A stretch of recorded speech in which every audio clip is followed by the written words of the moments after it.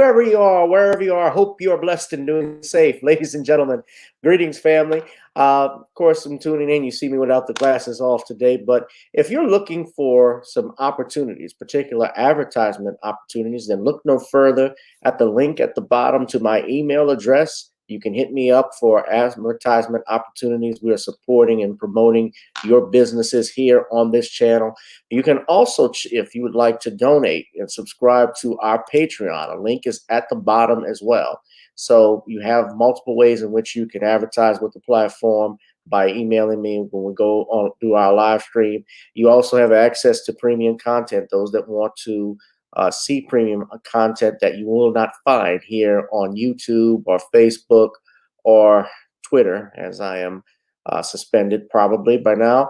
You guys can check out the Patreon at link at the bottom. But advertisement opportunities, definitely email me, gavin.grich1@gmail.com for rates. And for the Patreon, it is the same as the YouTube channel. It is channel gboot2786. All right, I'll holla. Peace. I'm attorney Gavin Richard. I grew up here in New Orleans, so I know how important family, friends, and community are to us. And helping others has been a lifelong passion of mine. If you've been injured in an accident, you may be out of work and faced with large medical bills. You'll need someone to fight the insurance companies so that you can get on with your life. Give me a call at 504-799-2288, and I'll be with you all the way. The law offices of Gavin M. Richard, going the distance so that justice may be served.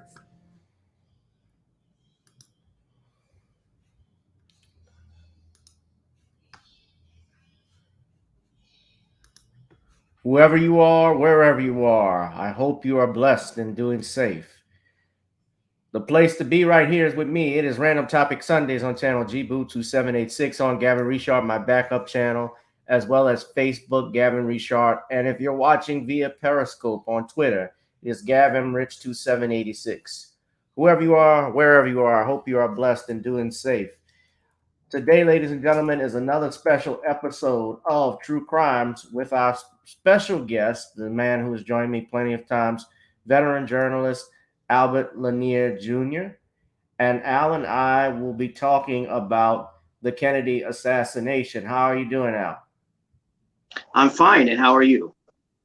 We're doing fine. We're going to go ahead and get started a little bit, Al. Good to see you as always. But first, we're going to pay some dues, ladies and gentlemen.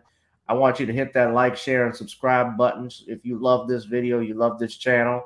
I also want you, if you look at the ticker at the bottom, to please contribute to the Cash App, Gavin Richard Esquire, Google Pay, or PayPal, or through Zelle, in order to contribute to the channel to continue to see it growing. You know, YouTube has demonetized this channel and has been on an attack on censoring certain channels. So it's good if you all can help support so that we can try and grow this platform and possibly move off of YouTube eventually in the future.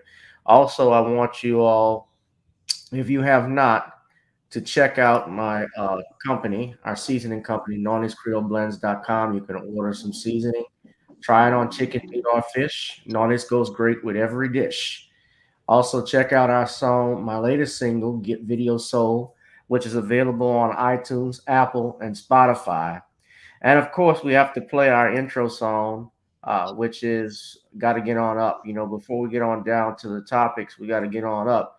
So, ladies and gentlemen, we're going to get started in just a bit. You guys just sit back, relax, grab your popcorn and beer. You don't want to miss this discussion on the Kennedy assassination. But first, let us get on up. Girl, come on. Gotta dance to the beat, because on the dance floor is where we'll be. Show me what you got.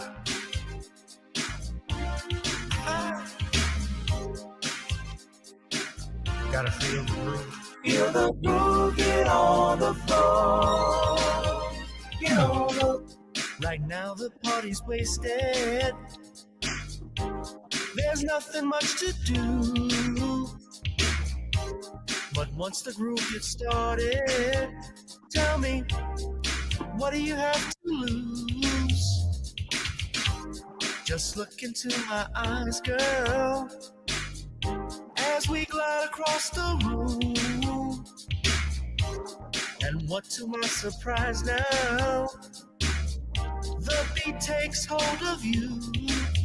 Now if you're feeling like I'm feeling, so come on baby, let's start dealing. Time to get this party started. Ain't no time for the broken hearted. When the rhythm takes hold of you, there's only one thing left to do. Cause the beat is really moving.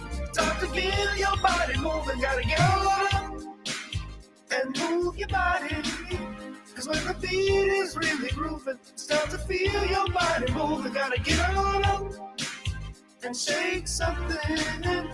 Feel the groove, get on the floor. Get on up. Tell the DJ play the whispers. Rock steady in the mood. Put on earth, wind, and fire. Tonight we're gonna groove. Show me how you do the four corners. Electric slide or two. Hit the bus stop or do the bunny hop, baby. It's really up to you. Now if you're feeling like I'm feeling, so come on baby, let's start dealing. Time to get this party started. Ain't no time for the broken hearted. When the rhythm takes hold of you, there's only one thing left to do. Cause the beat is really grooving. Time to get your body moving. Gotta get on up and move your body. Cause when the beat is really grooving, it's time to feel your body moving. Gotta get on up and shake something. Feel the groove, get on the floor. Get on up. Now 2020 hasn't been the best year of all times. We've been dealing with death, the pandemic, racism, bad policing, and all the bad rhymes. But like Uncle Snoop once said, if you breathe and you achieve. And so if you're ready, I need you all to get on up. Are you ready? 1 and 2 and 3 and 4. Get your butt on the dance floor. 5 and 6 and 7, 8. This jam we appreciate. We're gonna slide and step on the beat. On the dance floor is where we'll be. Feel the groove, get on the floor. Get on up And move your body. Cause when the beat is really grooving, it's time to feel your body moving. Gotta get on up and shake something. Feel the groove, get on the floor. Get on up. Yeah, gotta get on up. Come on, baby, gotta get on up. Feel the groove, get on the floor. Get on up. We are live. Oh, I got to unmute myself. We are live, and I'm coming at you with 5. You got to feel the groove and get on up. What's up, everybody? Welcome to another edition of Random Topic Sundays. I'm Gavin Richard, your host with the most tonight. And, of course, we're going to bring in my special guest, our friend and brethren, Mr. Albert Lanier Jr., veteran journalist. Al, it's good to see you as always. It's good to see you, Gavin. How are things in beautiful Hawaii? How are they? They're okay. Well, that's good. Looks like a sunny day thus far, from what I can see out my window. So, so far so good today. Okay, that's good to know. That's good to know. We're gonna go ahead and get started in a minute. I want to just share with everybody. Al, why don't you tell everyone your information? Because I know you're on Twitter as well as you have your blog. Go ahead. Right. People can find me just so that people have an understanding. You will see the title below, or you'll see my name below. But I'm Albert Lanier. I was a journalist and freelance writer for 22 years. I've been retired from journalism and freelancing for over four, but I'm still a professional writer. And I write a blog that's on medium.com about media and current news, current events. You can check it out at, I'm old-fashioned, I'll still use www.skepticism, medium.com/@thedoctor50. That's medium.com/@thedoctor50 for my blog. An article I've written dealing with at least the official line and proponent to the official line of the Kennedy assassination. It's called Rush to Judgment 2.0. Again, that's my blog, medium.com/@thedoctor50. I also can be found on Twitter. I'm sure there might be people that will contest or have some interesting things to say. So my Twitter handle is @CriticINC. That's @CriticINC. That's @Critic Incorporated. Right. I put the on Twitter, and I'm also on Facebook. Most definitely. I actually put the hyperlink in the chat box so everybody go to Twitter and subscribe to Al's subscribe and follow. And not only Al's Twitter account, but also he has the hyperlink to his blog as well at Medium. So you guys could check that out and go there right there and hit that bookmark. And definitely into tonight's topic when Al was talking about Rush to Judgment 2.0. The original Rush to Judgment was actually written by a man by the name of Mark Lane, who was a lawyer. And how I know about Mark Lane is that Mark Lane actually, well, I knew of Mark Lane through Dick Gregory. I didn't know I never met Mark Lane personally, but Dick Gregory and Mark Lane were good friends, obviously, and both lived in the DC area at some point. And Mark not only did the Rush to Judgment, he was one of the few people at first that questioned the Warren report, the Warren Commission, and whether Lee Harvey Oswald killed John F. Kennedy. But also with Dick Gregory, they did some books. They did a book together. They actually did a couple of books. This is not one of the books, but this is a book you should pick up. It's called The Assassinations that James D. Eugenio wrote. But the book that they wrote together, I'm sorry? Yeah, I believe James, if I'm not mistaken, he was one of the writers of I can't say, I guess I would still call it the new Oliver Stone documentary about the Kennedy assassination, JFK Revisited Through the Looking Glass. I believe James D. Eugenio wrote the script or was one of the writers of the script for that documentary. Yes, he was. He was a contributor to the JFK film as well, as long as with Jim Mars and James Garrison. I believe it was based off of those books. James Jim Garrison was the DA of New Orleans, who prosecuted Clay Shaw.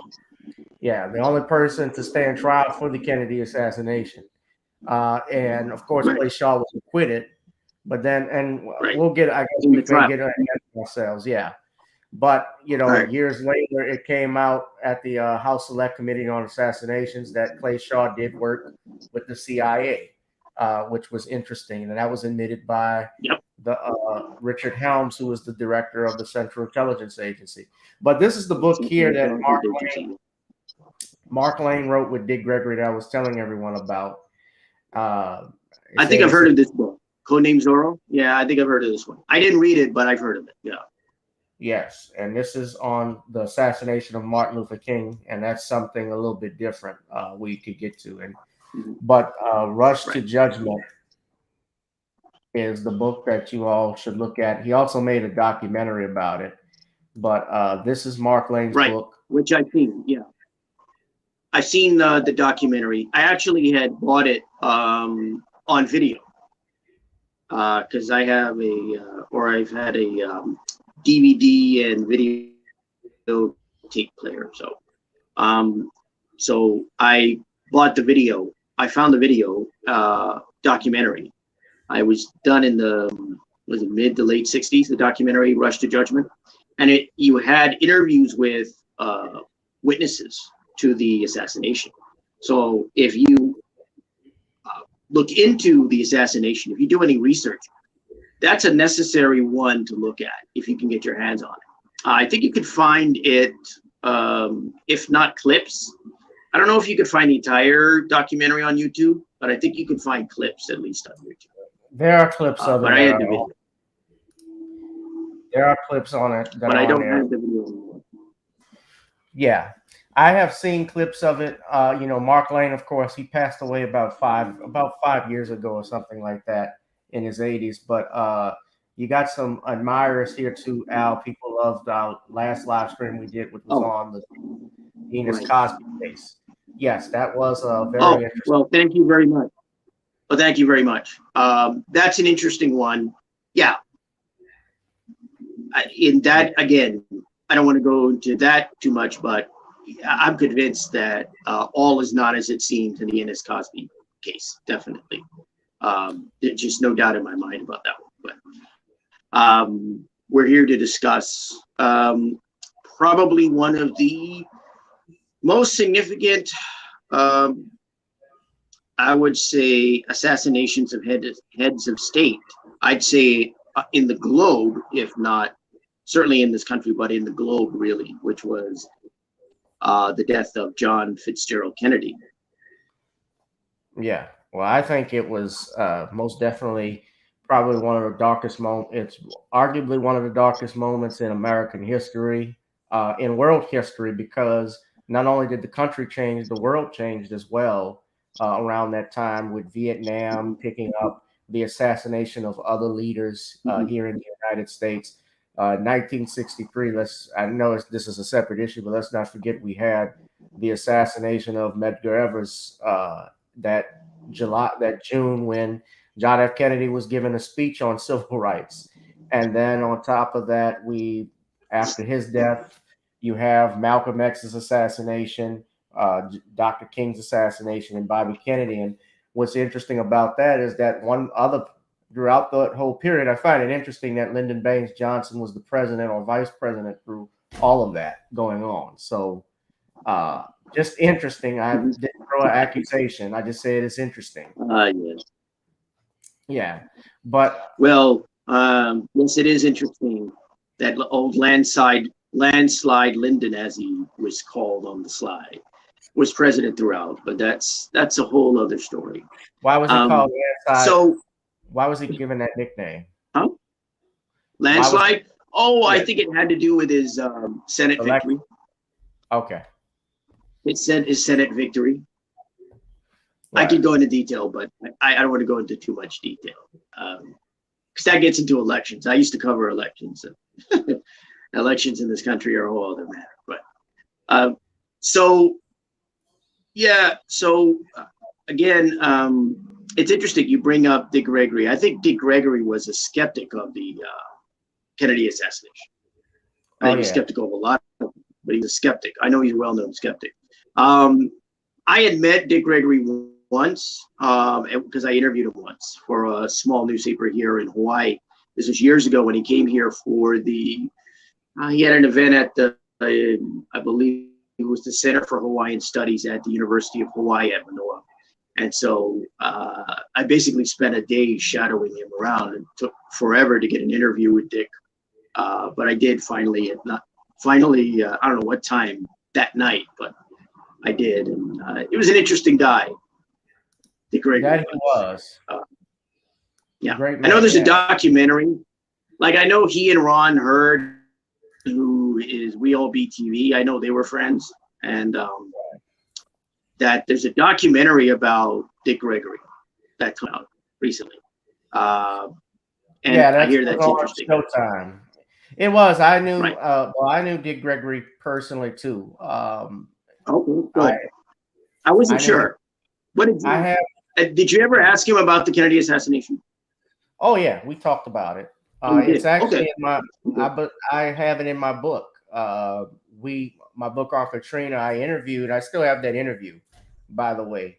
But I interviewed Dick Gregory for almost 2 hours, and I've interviewed him before over the phone, and we talked about a bunch of things. Coincidentally, when I interviewed him on my book, it was April 4th, 2007, which was 39 years to the day of the King assassination. So when I brought that date up, that's the first thing he talked about, because he remembered where he was. And that was a life-changing thing for him. He was close friends with, Martin Luther King, and he knew John F. Kennedy, Bobby Kennedy. He'd been in the White House before. Right. So, Because he was involved with the civil rights movement.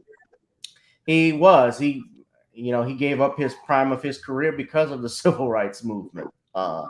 He very well could have been a multi-millionaire, but unfortunately, that didn't happen. And but he was still rich in life and in wisdom. So he's well missed. But he was skeptic of anything the government told us. So without further ado, we look at the Kennedy assassination, and I want to share something with you, Al. I actually have been to Dallas, Texas myself. I was at the School Book Depository, and I want to show everybody this picture. Now, you may have seen this before. All right, good.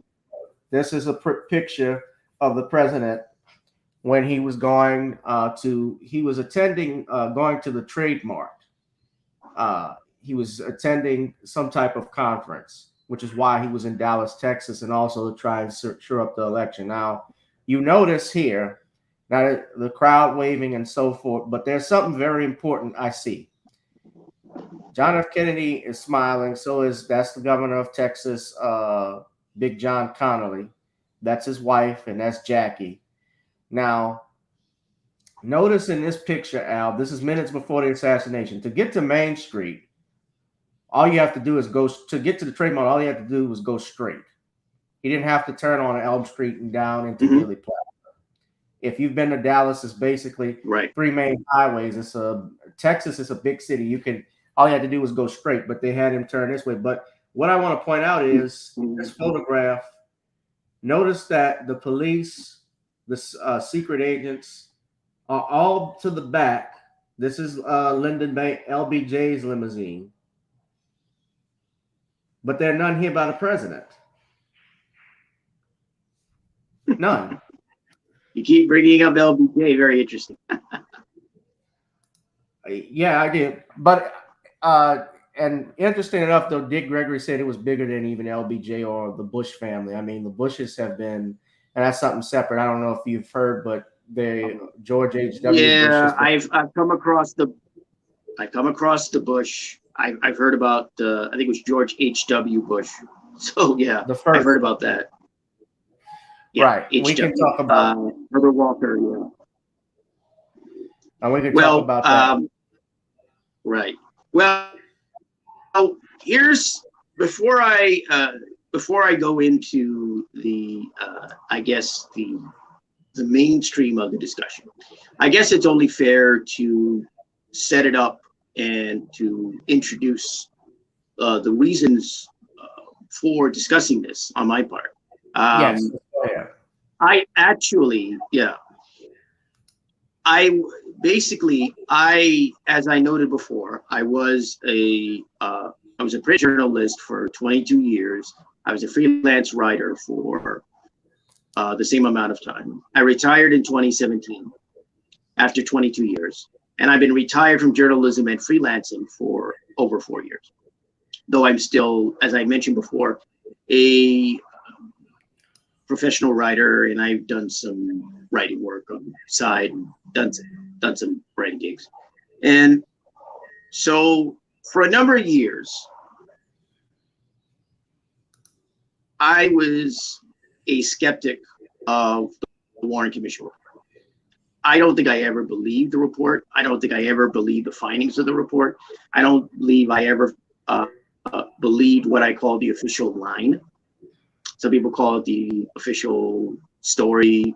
I use the terms official narrative and official line. I never believed the official line of the Warren Commission report and its conclusion that Lee Harvey Oswald was the sole and only assassin of President John F. Kennedy. I never really did. Of course, I kept this to myself. Well, not entirely. I would talk to friends sometimes. So my friends were the only ones that knew basically how I felt about the matter. And I would sometimes get into, I think I had a couple arguments with people over it. But it wasn't anything significant. It wasn't until earlier this year, that I saw an interview on a station, I think it's RT, Russia Today, a show called Going Underground. And interview was with Oliver Stone. And Oliver Stone, I think I had mentioned this before, had a documentary which played at the Cannes Film Festival this year called JFK Revisited Through the Looking Glass, where he examines the assassination, but in a documentary form. I'm sure people are familiar with Stone's 1991 film, JFK, which was a dramatized depiction of Jim Garrison, who was the district attorney of Orleans Parish, and his effort to prosecute one Clay Shaw, who was the head of the, let me see, it was the... Clay Shaw was, he was a businessman. The head of the, right, he was the businessman, but he was the head of the trademark, if I'm not mistaken. Right. He was the head of the trademark here in New Orleans. Yeah. Right. And so Clay Shaw was put on trial by Garrison. And that's Clay Shaw. Garrison, not quite. That's Clay Shaw when he was younger. Huh? Well, this is the... That's him. No, it's Wikipedia. Well, I mean, it's Wikipedia. They say that's him. That's probably a younger picture of him. I know he was much older. Yeah, I didn't. When he... I see the name Clay Shaw. I don't see a picture of him though. You can't see this? No. You see green screen and like something sliding a little. Can't really see the picture. Oh, that's interesting because I have it up. I can see it, and it's strange. Yeah, because I have it. I'm sharing it with everyone. I see. Yeah, it's okay. Well, maybe this is. I don't. Okay, you see this one? This is Jim Interference Garrison of some kind. I don't know. All right. Well, this is Jim Garrison. If anybody can see this. No, I see a green screen. I see green screen. Okay, that's all I know what's wrong.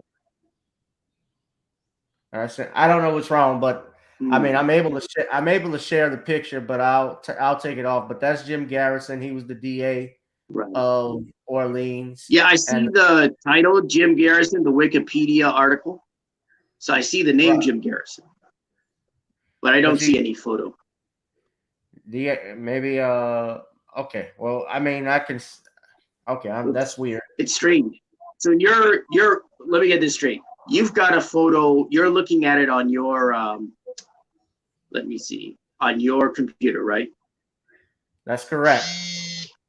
Yeah, I'm not. All I see is a purple overlay of a Wikipedia article with Jim Garrison's name attached. Yeah. So no photo. I don't know how that happened. Yeah, it's suspicious, isn't it? Yeah, very much so. It might be the government.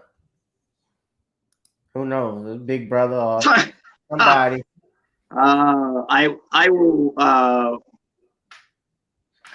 give a further comment on that. I said it might be. I don't know what's going on. Or it could be YouTube. But go on, Al. So we were talking about Clay Shaw and Jim Garrison. Right. And you mentioned that's Oliver. right. You were talking about Russia Today with Oliver Stone. Right. Oliver Stone was interviewed on a program called Going Underground on Russia Today. It was about his documentary. And I was watching that interview that basically got me to think, well, you don't believe the official line anyway, so why don't you talk about it? And I have to be brutally honest, it never would have occurred to me to do what I'm doing now, which is to discuss this as a skeptic. And because it was something I never discussed other than with my friends during my career as a journalist and freelance writer. And it never would have dreamed of going public, as the expression is, or stating this publicly, that I was a skeptic. I call myself a JFK skeptic because it's shorter. But to say that I was a JFK skeptic is, I would never have admitted that. And to be brutally honest, I think unconsciously, not consciously, but unconsciously, I knew that if I were to come out in any talk show or radio show or any kind of program while I was a journalist and say, I don't believe the Warren report, I don't think Oswald was the sole or only assassin, I think my career would have been impacted. In fact, I don't think I would have gotten work. I don't think I would have gotten writing work. I don't think I would have gotten any journalism work. I don't think I would have remained a journalist, period. So it would never have occurred to me to do what I'm doing now, to be honest. Mm-hmm. And so the only reason I'm doing this now and I'm discussing this now is because I'm retired. Now, I could come out of retirement. It's possible. I've had a career of 22 years. And I figure, and I've been retired for 4 years. And I figure, if anything happens, I've had my career already. So I'll just take it on the chin and deal with it. I'm in my 50s and I'm not a spring chicken. I've been not only around the block, I've been around an entire city full of blocks. So I figure if I happen to step into controversy because of this, okay.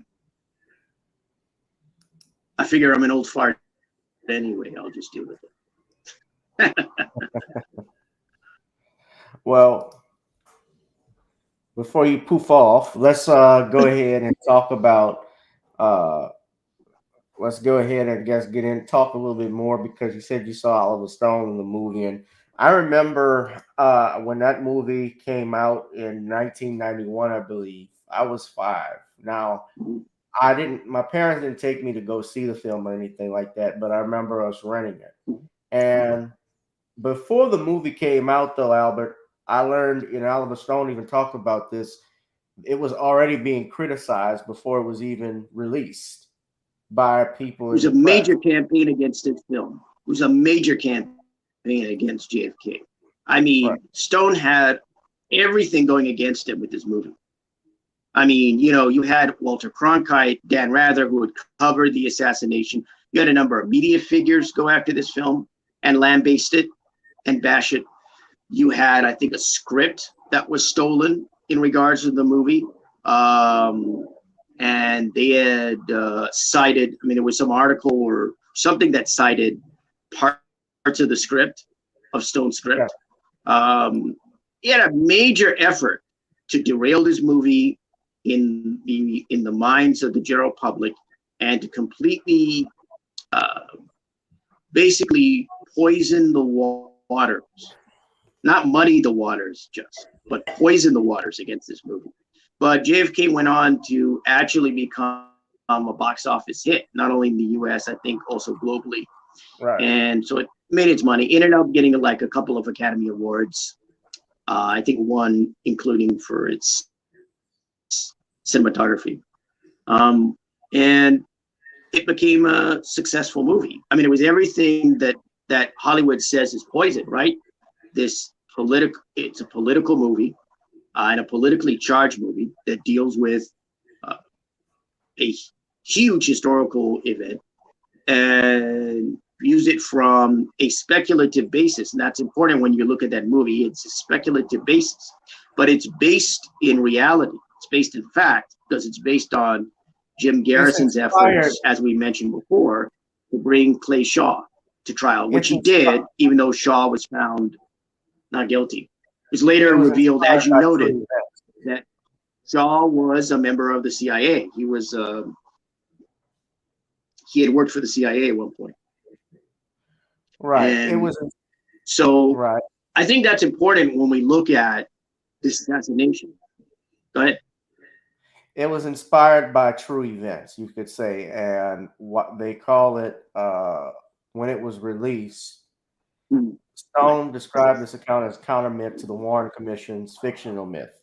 You know, the idea that Lee Harvey Oswald killed John F. Kennedy with 3 shots, including wounding Governor Connolly.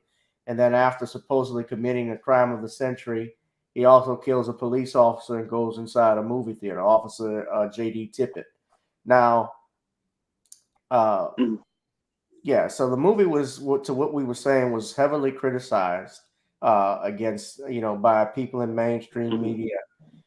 Especially, now you mentioned Dan Rather.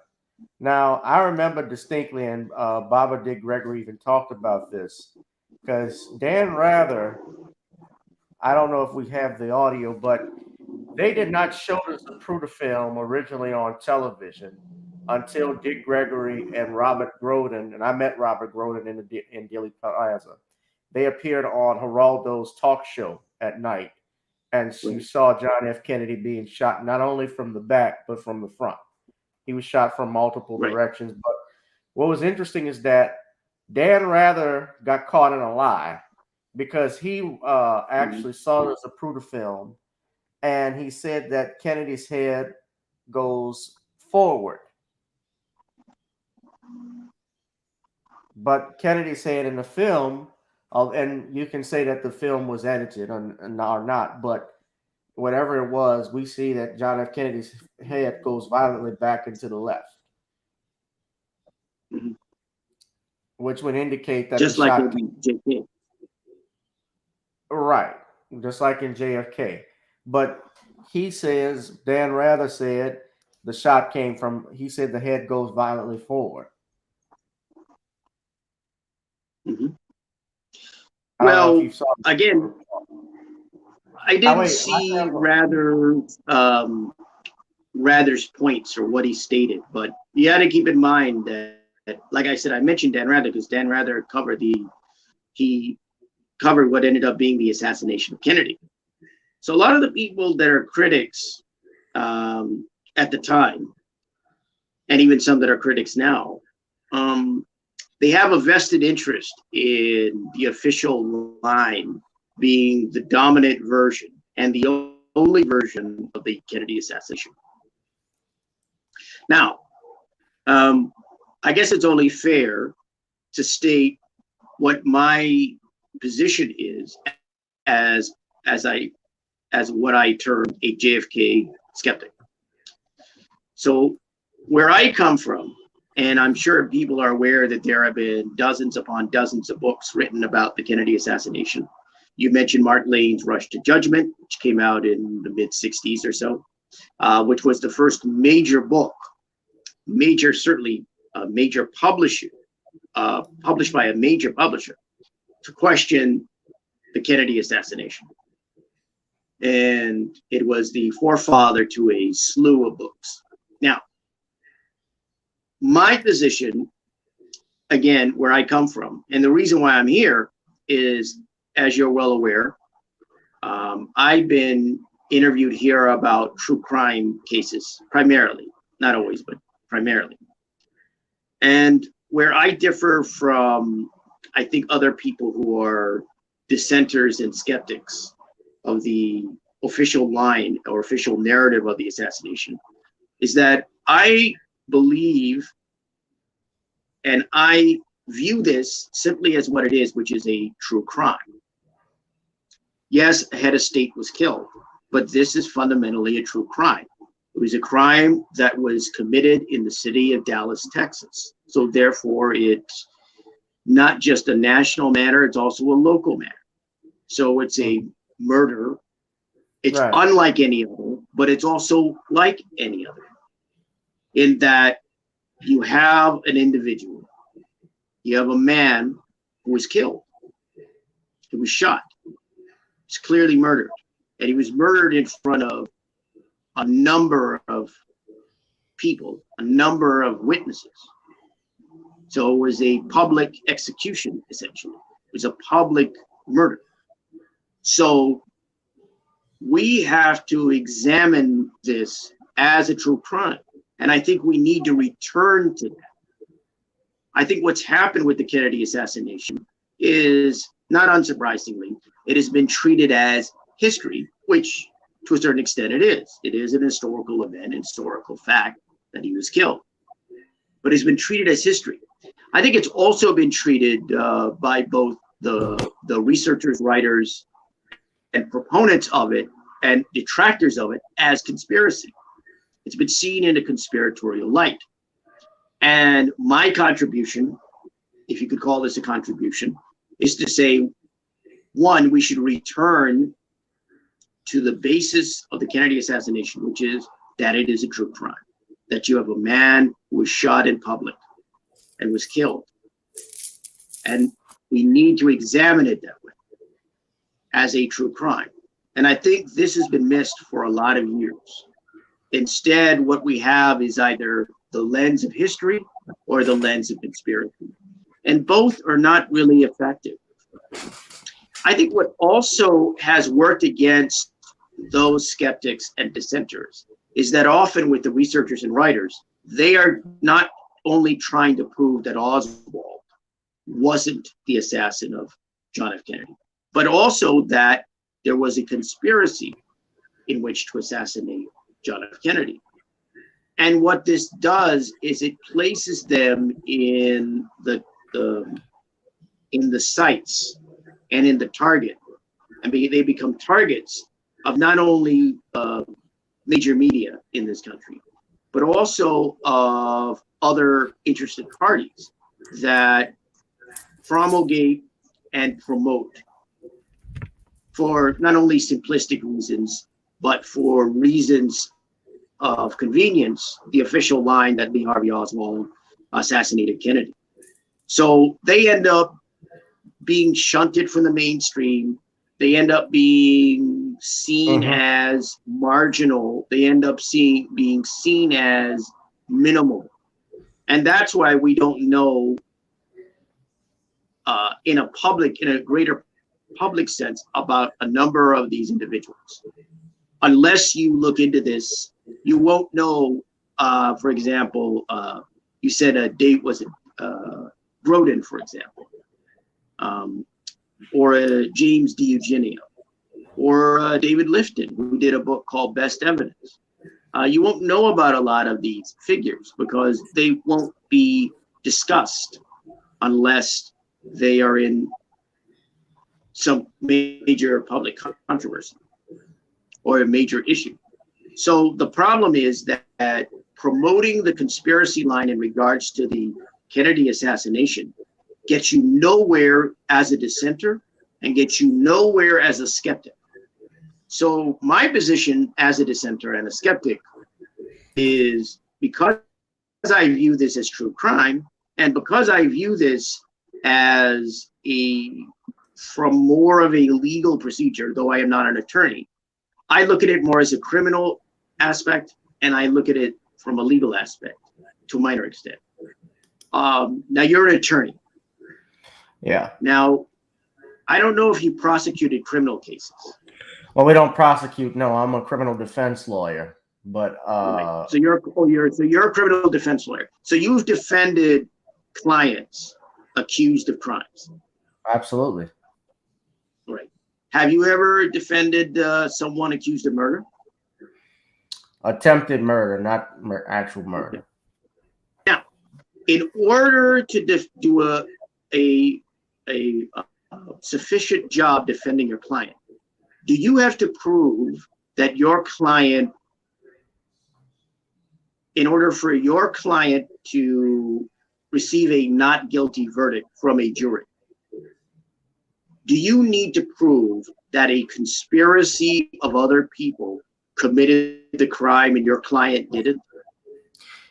Actually, I don't have to prove anything, and it's the state's job to prove that my client actually committed the crime. The defense's job is to refute and rebut to the best of their ability. And to provide reasonable doubt.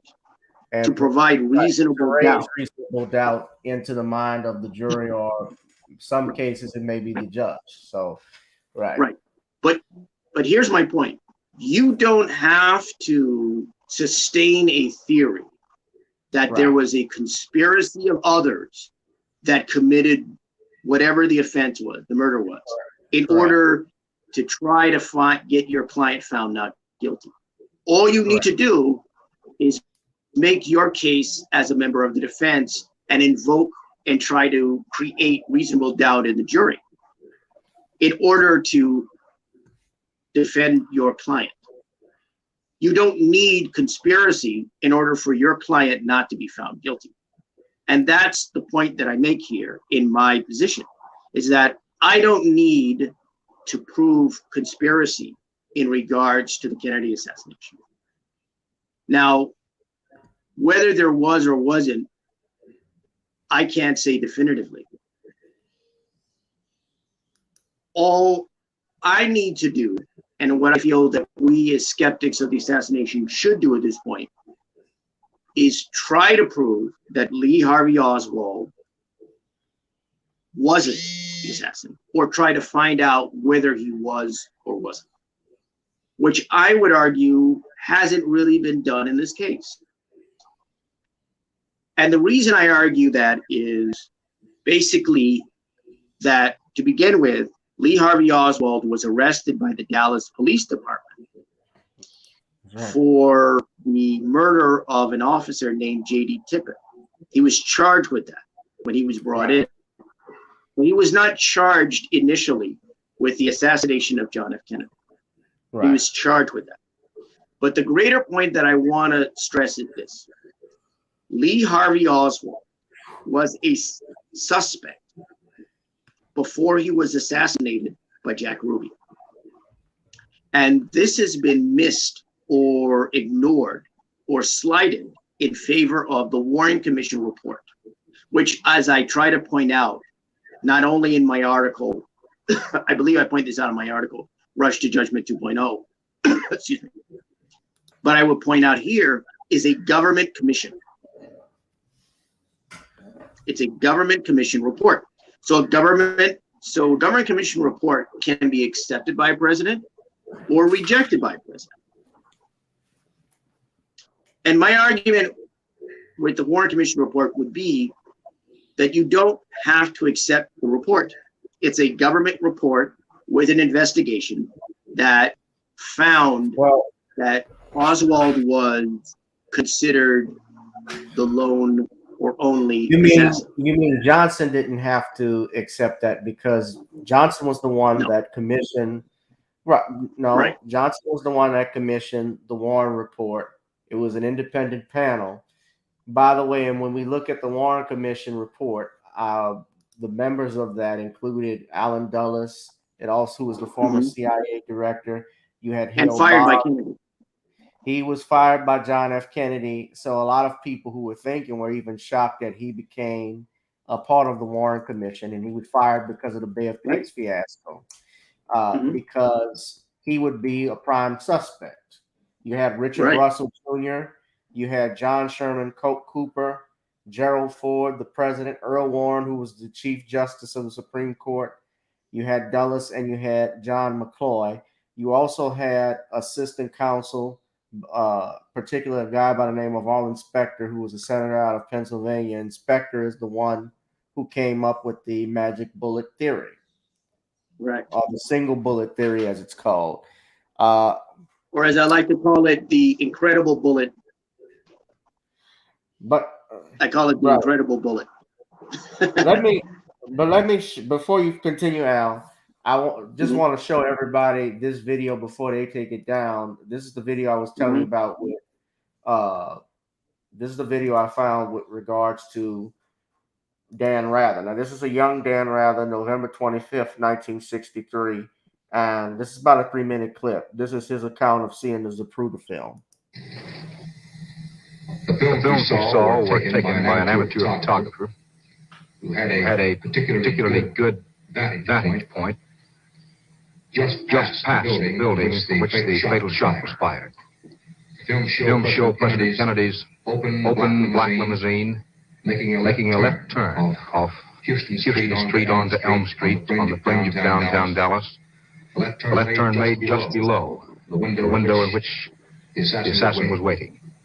About 35 yards past the very face of the building, just below the window, President Kennedy could be seen to put his right hand up to the side of his head to either brush back his hair or perhaps rub his eyebrow.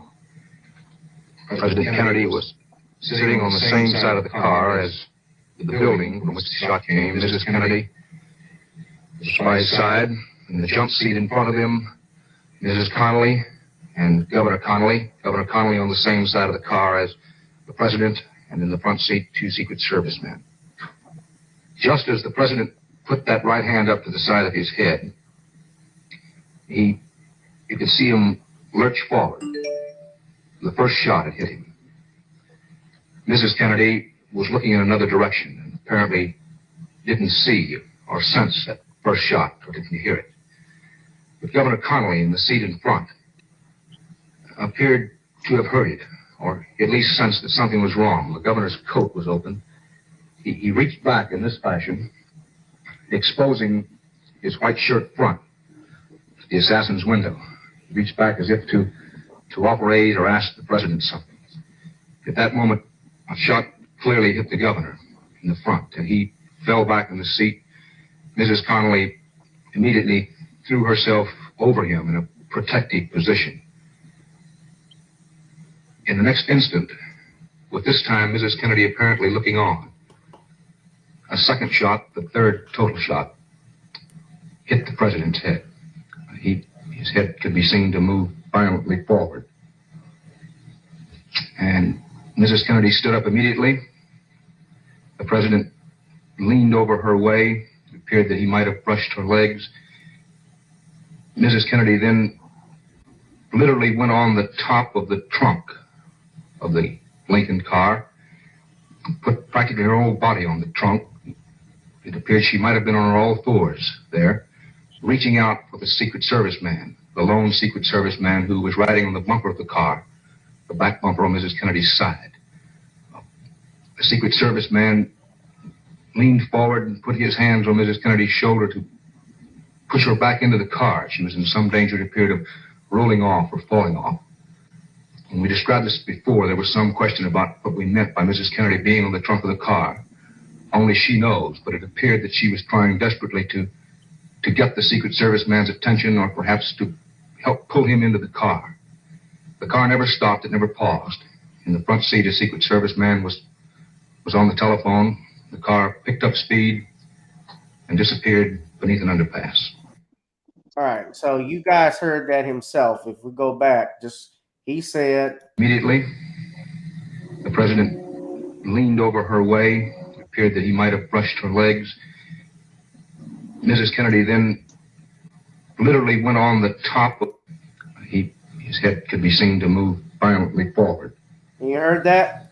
He said his head could be seen moving violently forward. But when we looked at the Zapruder film,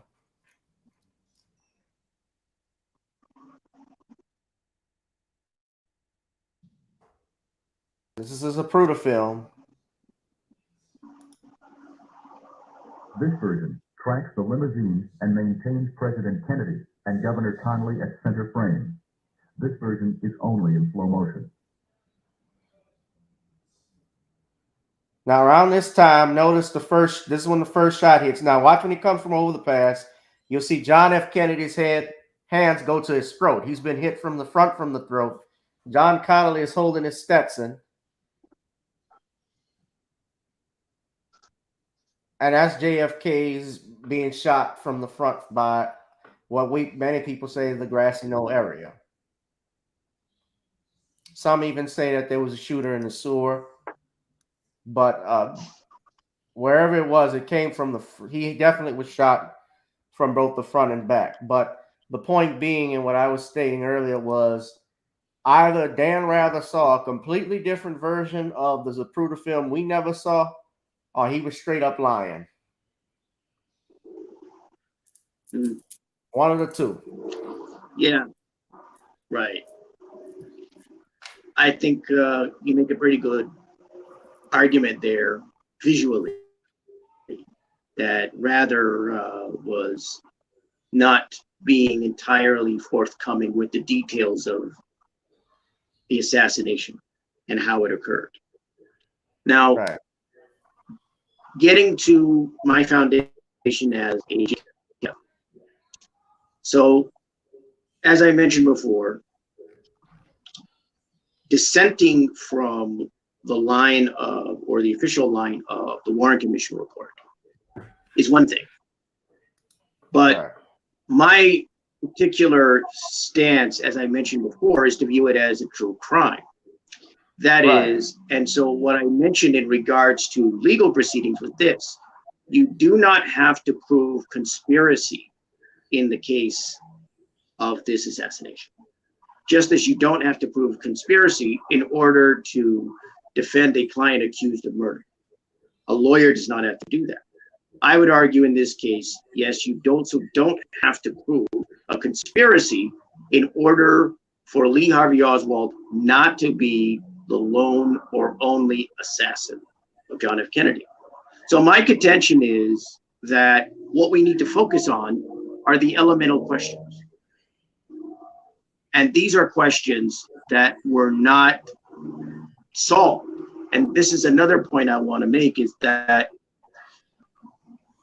first and foremost, Oswald was a suspect, and he was killed by Jack Ruby as he was let out by Dallas police officers. He was killed as a suspect. He was not put on trial. He was not convicted of the murder of John F. Kennedy.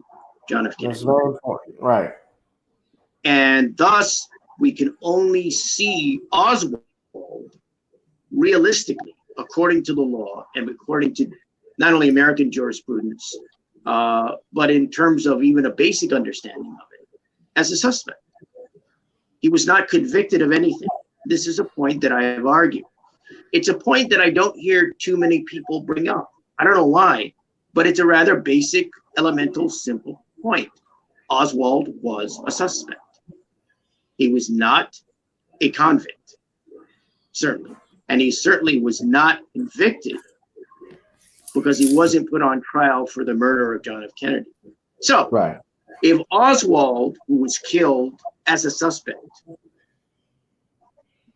is a suspect, what we then have to do is bring in presumption of innocence.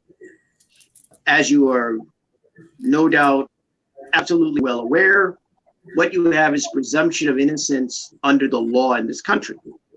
That is, you are presumed innocent until proven guilty. So my point about Oswald is Oswald can only be presumed innocent because he was not found guilty in a court of law. So presumption of innocence must be brought in with Oswald because he was not only not found guilty in a court of law, he was also arrested and was thus suspect. So he needs to be treated as a suspect.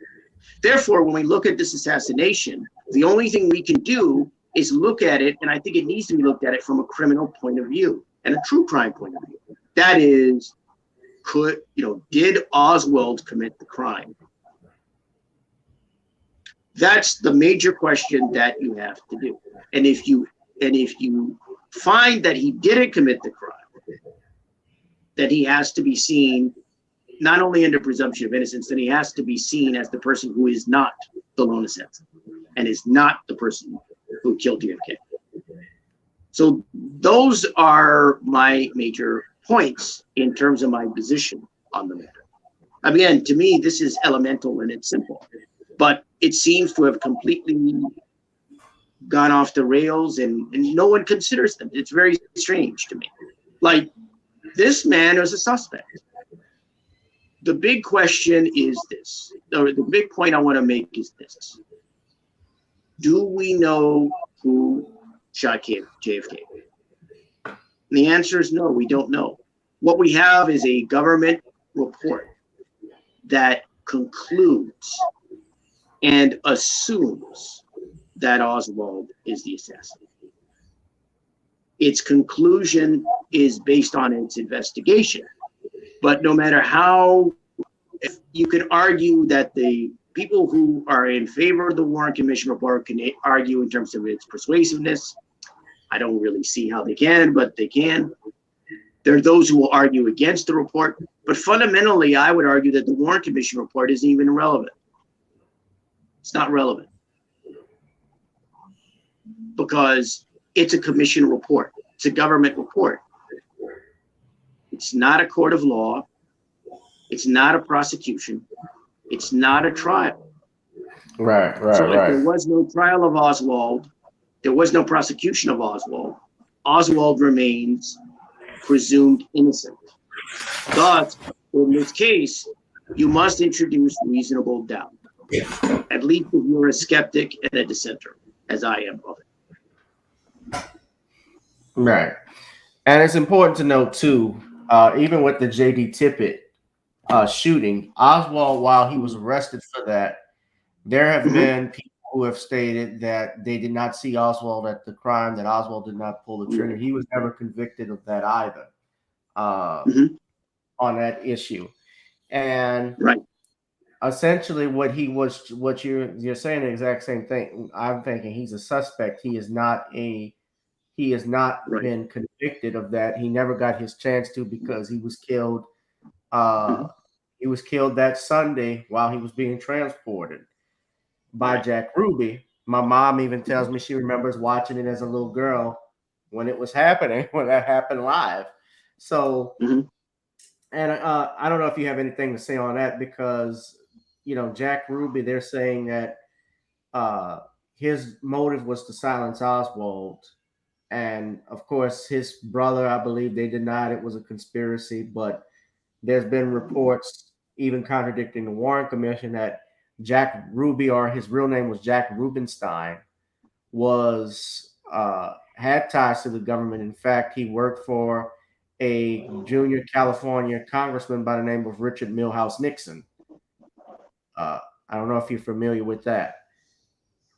I can't recall whether that's come up in because I had looked at various materials and various aspects of this over the years when I felt like it. The spirit moved me. I would, look up things relating to the assassination. I had to work, so I didn't have time to. This wasn't anything I was overly fascinated with, but I was kind of interested in it slightly at times. It's interesting because I believe Nixon was in Dallas the day of the assassination because he was counsel for Pepsi, I believe. He was working for Pepsi as counsel. And I believe he was in Dallas the day of the assassination, which is interesting. His story, yes, he was interesting. His story is he boarded a plane from Dallas to New York. And originally he said he heard a woman screaming that the president had been assassinated when he made it to New York. And then another story was he boarded a cab. And then when he got out, he heard that the president had been shot. So his story had changed a little bit. But not only that, but there was purportedly a meeting with some of the Dallas oil businessmen who had a problem with Kennedy, especially about the oil depletion, the tax that he was implementing. And at this meeting, I don't know if you're familiar with the woman by the name of Madeline Brown. She was LBJ's purportedly his mistress, had a son with him. But she says at this meeting was Lamar Hunt, who owned the Kansas City Chiefs, Clint Murchison, who was an oil man, he owned the Dallas Cowboys, J. Edgar Hoover, I believe, was in Dallas, as well as LBJ and Richard Nixon and some others. As purportedly, she says LBJ told her, after tomorrow, those blankety blank Kennedys I'll never have to deal with them again. Purportedly. Now, you mentioned Richard Nixon, and also even I have to mention George H.W. Bush, because he was a Houston oil man, and purportedly it appears he may have been in Dallas that day as well. There was a picture of him what looks to be outside the school book depository, but he told the FBI and reported that he heard that a man was trying to kill the president, and he relayed this phone call on that day.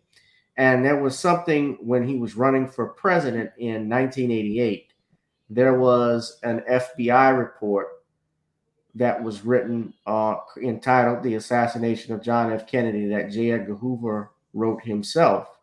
And at this meeting, he named one of the CIA leaders as one George Bush.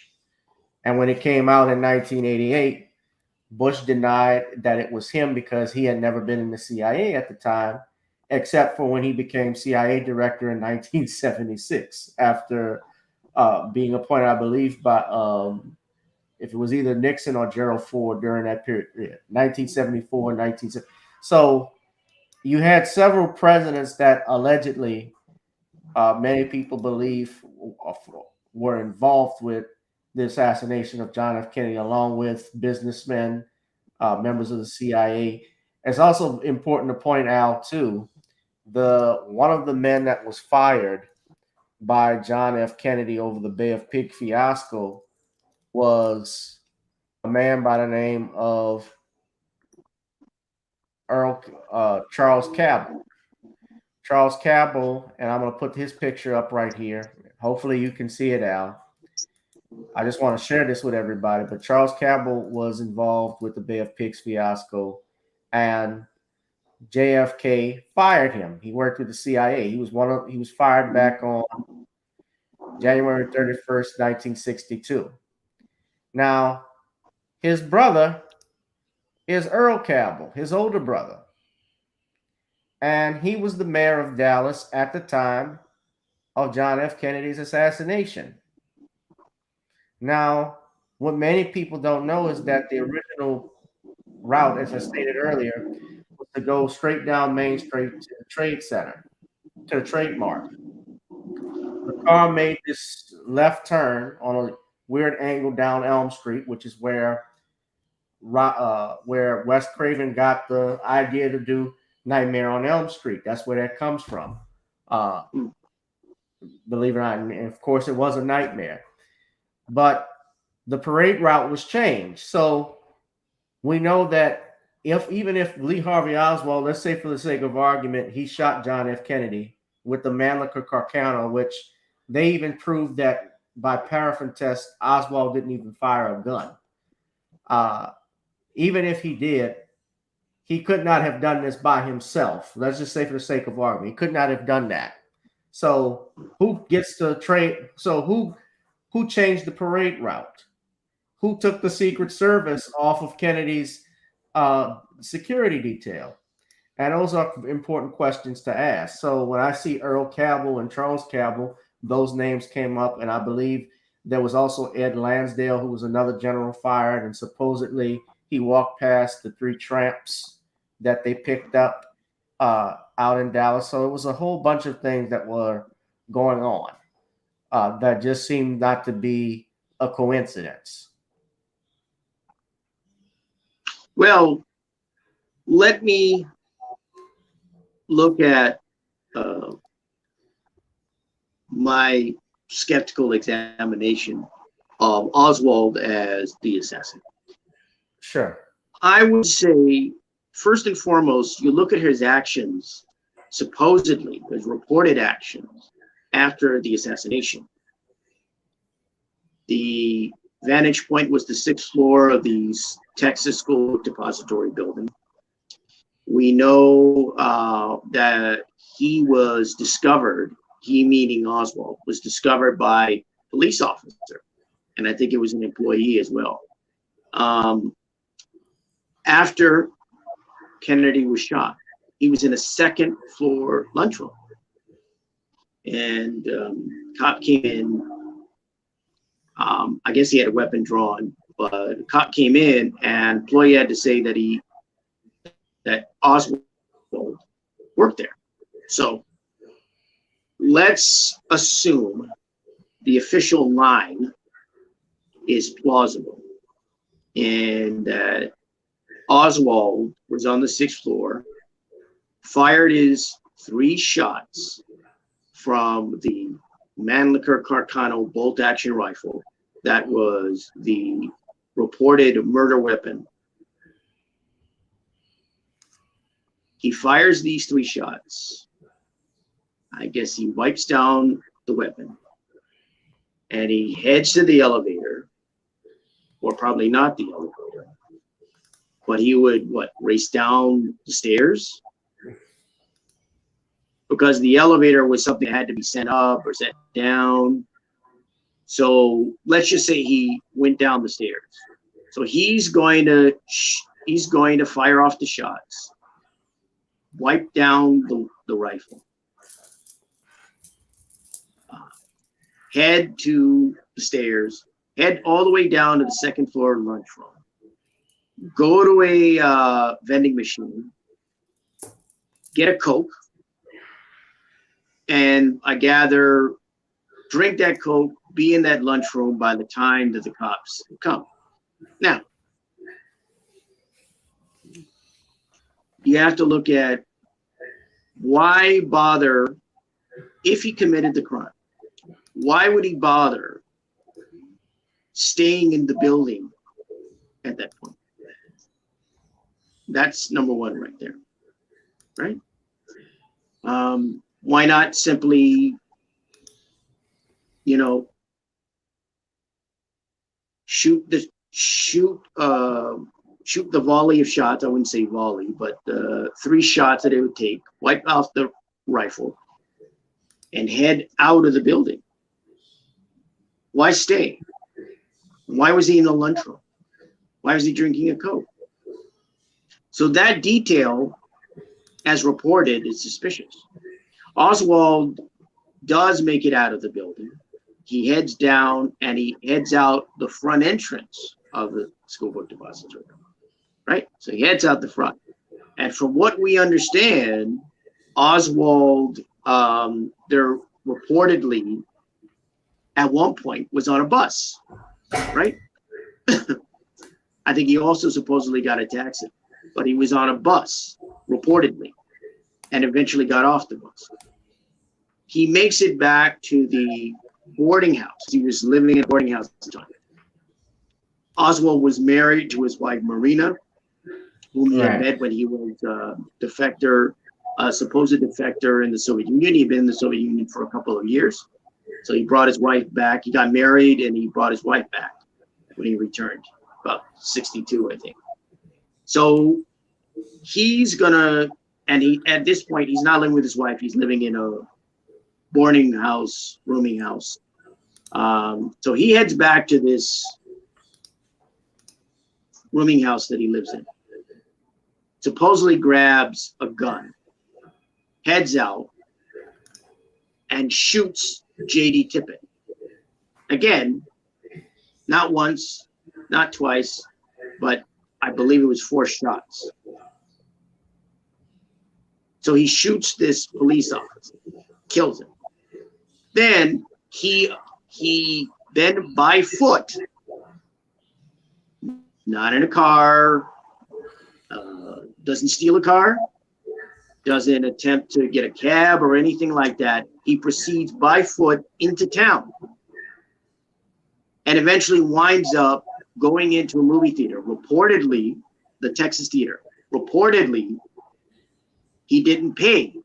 So he doesn't pay, walks into a movie theater, and sits down while there's a movie in progress. Now, again, we have to look at these actions and we have to go and wonder why. Now, the picture you see right there is the police taking Oswald out of the theater. And there were a lot of police that showed up at that movie theater. A lot of them. That had to be hella suspicious just for somebody walking there without paying a ticket. Because that's right. Go ahead. They didn't know he wasn't a suspect in J.D. Tippett's killing at that point. He, I believe, was reported to walk in the theater without paying, and they show up there. That's the seat he was occupied in. And that's him being taken out, of course. So you have to look at this and you have to wonder. Let's just assume, again, that Oswald is the assassin, as the Warren Commission report would have us believe. He's going to go assassinate Kennedy by shooting these 3 shots. He's going to head out of that depository eventually. He's going to head back to the rooming house that he lived. He's going to take a gun.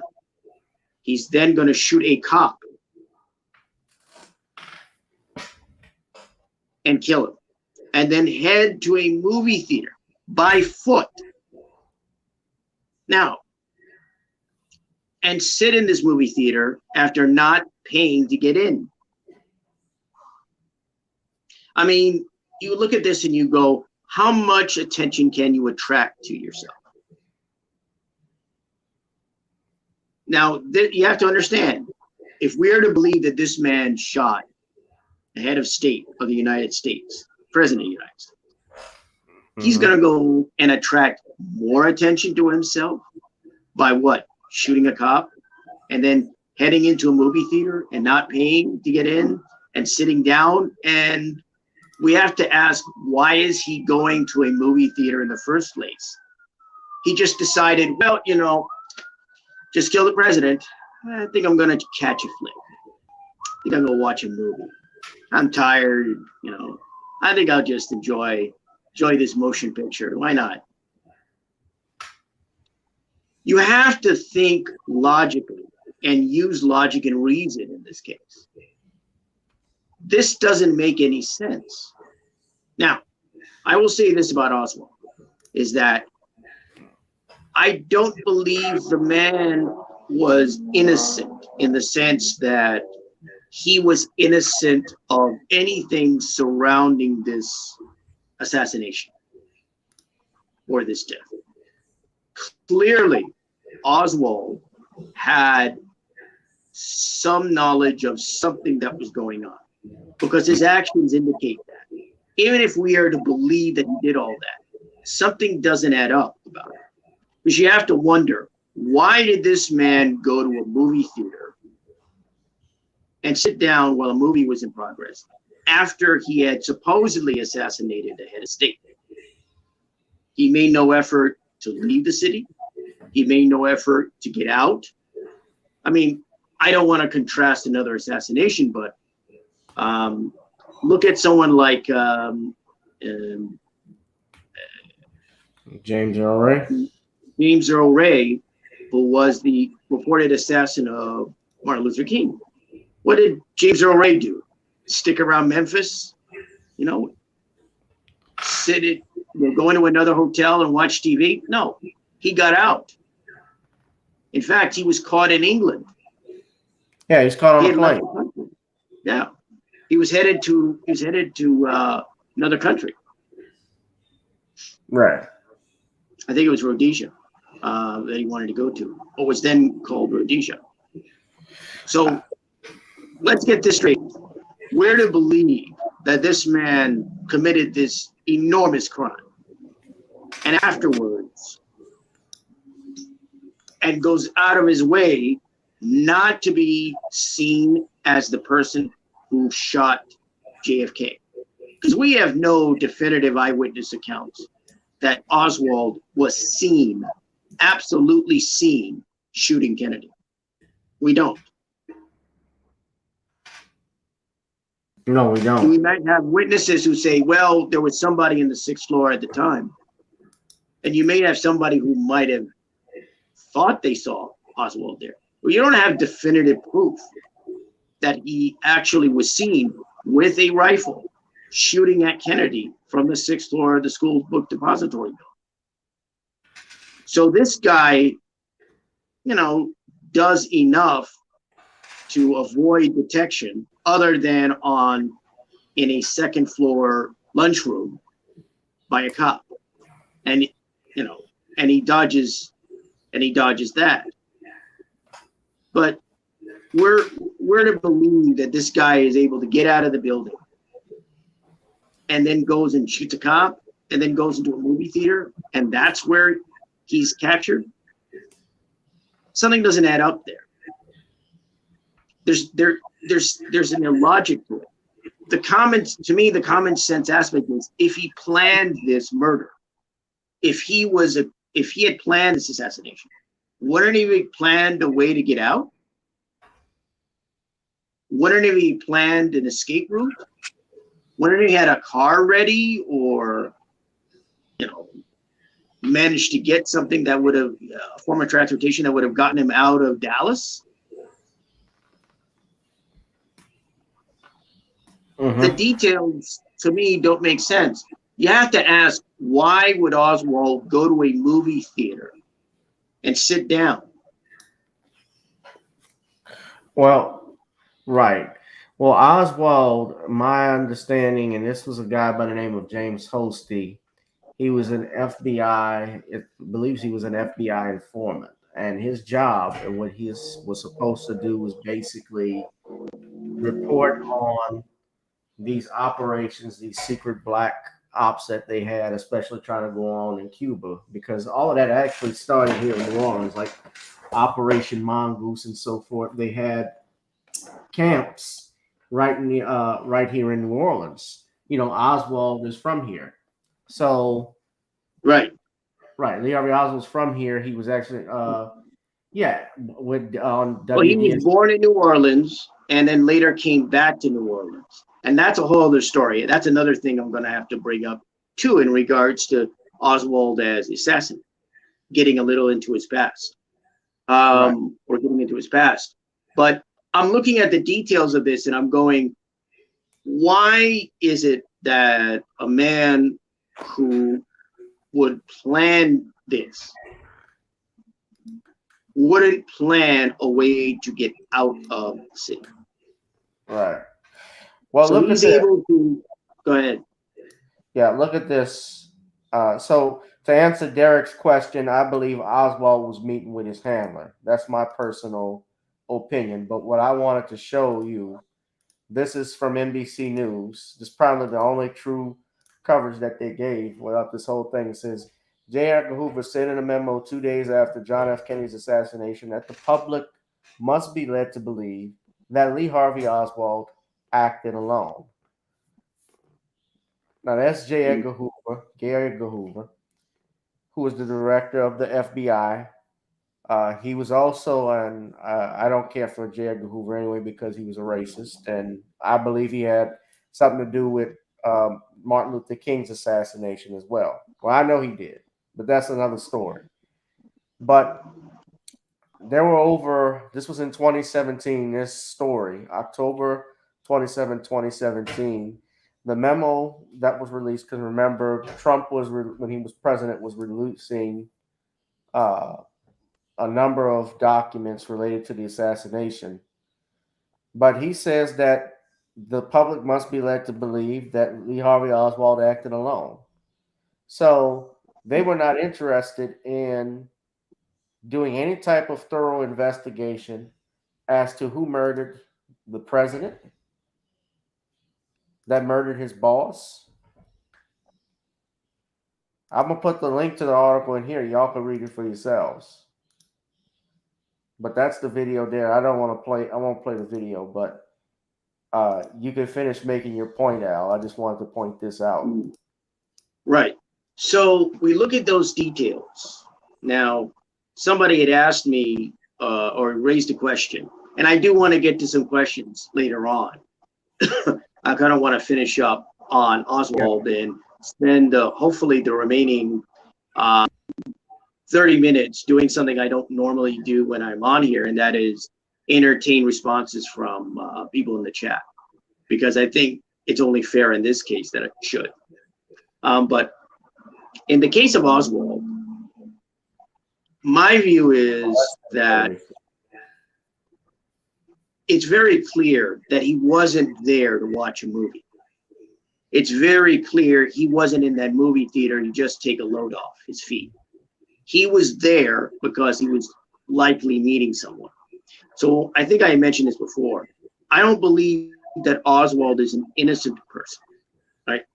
If you look at Oswald in terms of his past, if you look at this guy, there's a lot that is very, very suspicious about Oswald. And it's very clear to me that Oswald himself has never been what people imagine him to be. The so-called lone assassin, there are too many intersecting aspects in regards to his past. Now, again, when I look at this and you look at what he had done after this assassination, you can only have questions, and something doesn't add up here. It just doesn't. So again, when we look back at Oswald, stressing my thesis, of course, as a JFK skeptic, which is presumption of innocence. Also, we have to presume innocence, and also reasonable doubt. Bring in reasonable doubt. You have to raise reasonable doubt in regards to Oswald's actions after the assassination, because there are things that don't add up here. Again, we have him ostensibly shooting J.D. Tippit, but it's not an exact,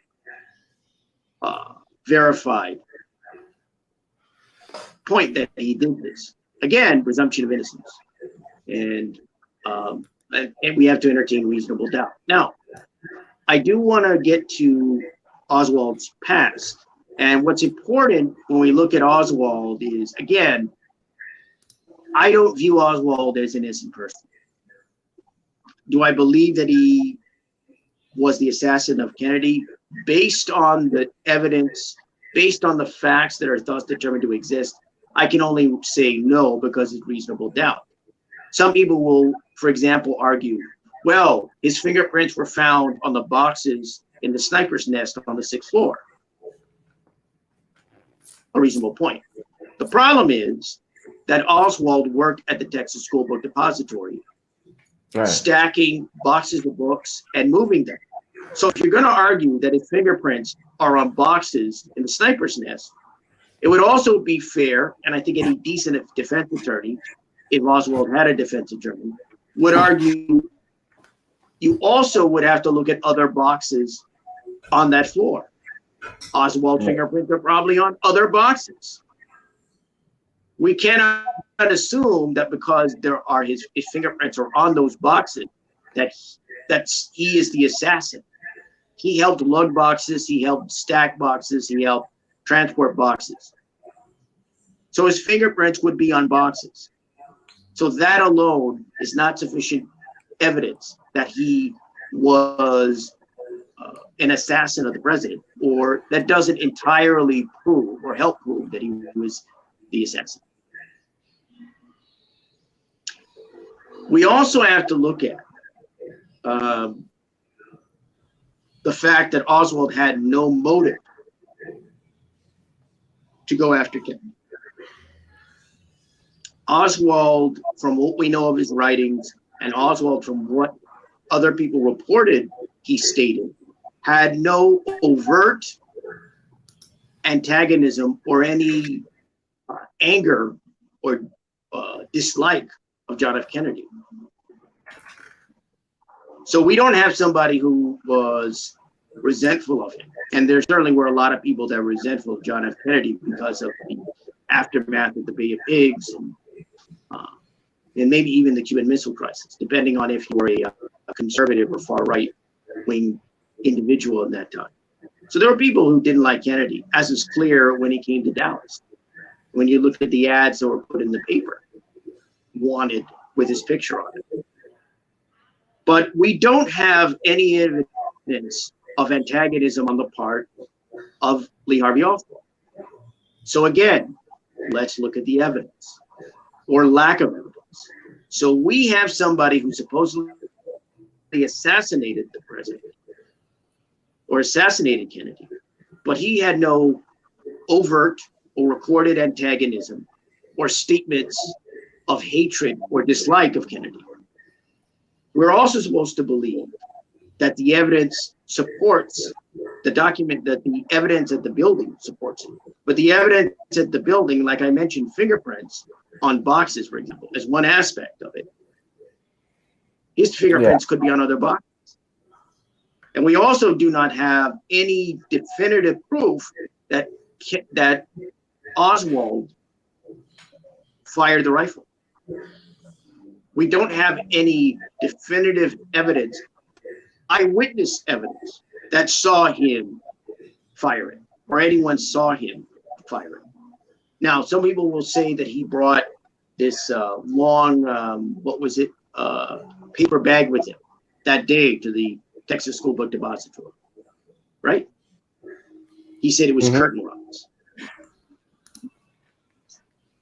So that's what they will cite. But again, we don't know, right? So we look at this. Notice, so we look at this. We also know, as I mentioned before, he was found in the school book. He was found in a lunchroom, second floor lunchroom, after the assassination had taken place, after the shooting had taken place. Why would he stay around the building? Again, you add up all these details, and you can only invoke reasonable doubt. Right. Again, and it's important. Go ahead, Al, just quickly, one thing, it's important to note too that even at the press conference when the press reporters were talking to him, he denied not only shooting the president, but when he was being brought in, he even said, "I'm just a patsy." Right. So yeah, his conduct when he was brought in is interesting too, because he, at one point, when he comes in, he doesn't seem that bothered, doesn't seem that upset. But there, he denies. They were asking him about it, and his reaction is sort of, "I'm not aware of this.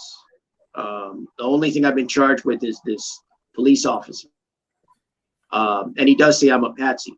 But at one point, when he's being led back, he states, and it's clear, there's an indication of, I don't know about frustration, but there is an indication. But he is very, firm and adamant about this. "I emphatically deny these charges." And I gather he's referring to the assassination of Campbell. So this is a guy who clearly was not fessing up, and he acted as if he didn't know anything about what was going on, which I don't entirely believe. But again, I don't believe the man was entirely innocent as an individual. I think in the case of Oswald, he knew something was going on. And I think by the time he found out what was going on, it was clear that it was very clear what his attitude was. He was sort of like a lamb led to the slaughter. That was my impression of Oswald. But I just noted a couple of the details here. Again, look at the way that this is being examined. I'm not examining this as I'm examining this as true crime, not as history, not as mystery, although there is a good deal of mystery, not as conspiracy, but as crime. Evidence, facts, conclusions. You look at the evidence or lack of it, you look at the facts that we know of, you can only come to certain conclusions.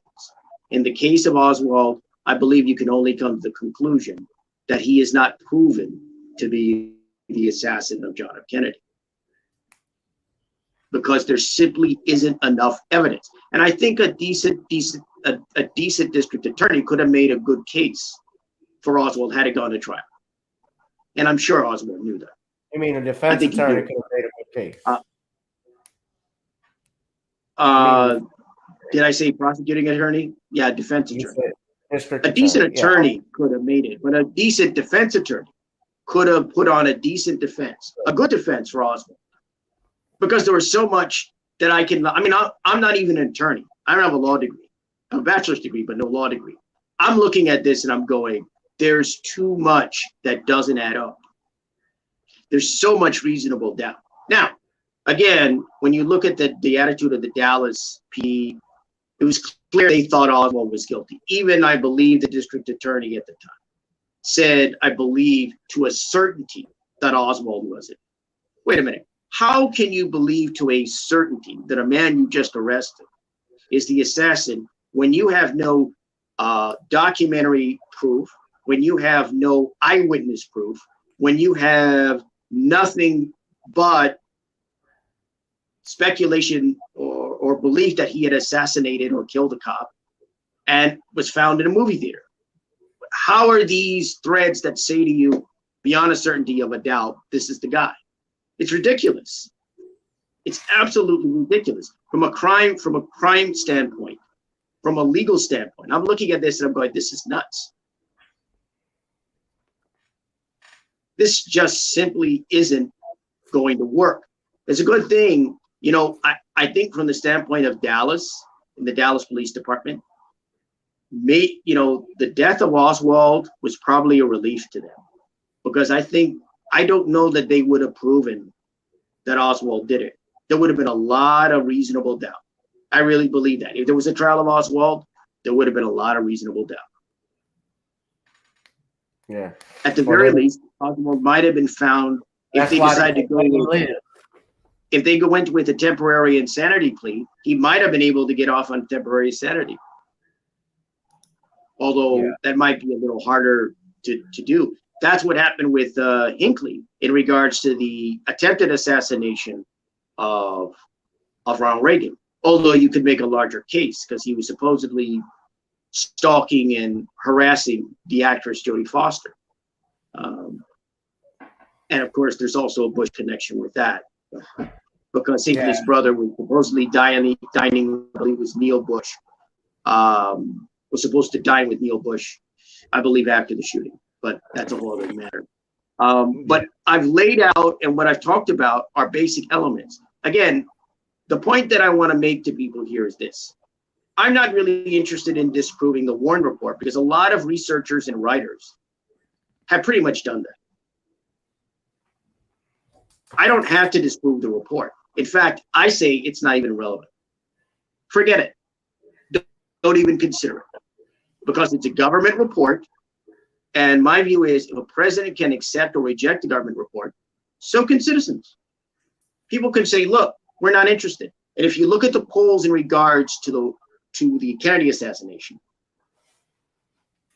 year after year, when they make these polls, it's a plurality. It's a majority of people who say they don't believe the Warren Commission report. This has been the way it's been for decades.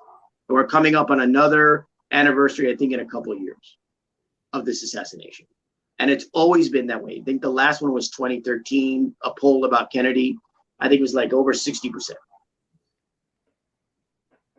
But what I'm bringing out and what I'm looking at is this event from a criminal standpoint. So I'm actually kind of making a true crime case here. Now notice, I don't discuss anything outside of the evidential material and actual points of the crime and maybe law, though I didn't go into law too much in regards to this case. And so that's where I kind of stand with it. Now, let me just briefly, because I want to get to people's reactions or what they have to say there. Right. Let me just briefly conclude in regards to Oswald, in regards to that. You know, Oswald's past is very suspicious. I can cite chapter or verse of things that really raise alarm bells. The fact that this man was a supposed defector to the Soviet Union at the time, what was then the Soviet Union, stays there for a couple of years, gets married, and comes over, decides to head back. Now, this man, Oswald, when you look at his past, prior to his defecting to the Soviet Union, Oswald was a Marine. He'd been in the Marine Corps, but he wasn't just your average Marine. He was his MOS was as a radar operator. So he was at basically a air base in Japan, Atsugi Atsugi Air Force Base. As he was at a Air Force base in Japan as a radar operator. That's a specialty. That is not the norm for most Marines, let alone most people in the armed services. It's a specialized MOS, right? So he is a radar operator, not your average Marine. And Atsugi is a very private airbase. It's not your typical average airbase. It has connections, obviously, and involvement with the CIA. So we know his background as a Marine in Japan at this airbase as a radar operator.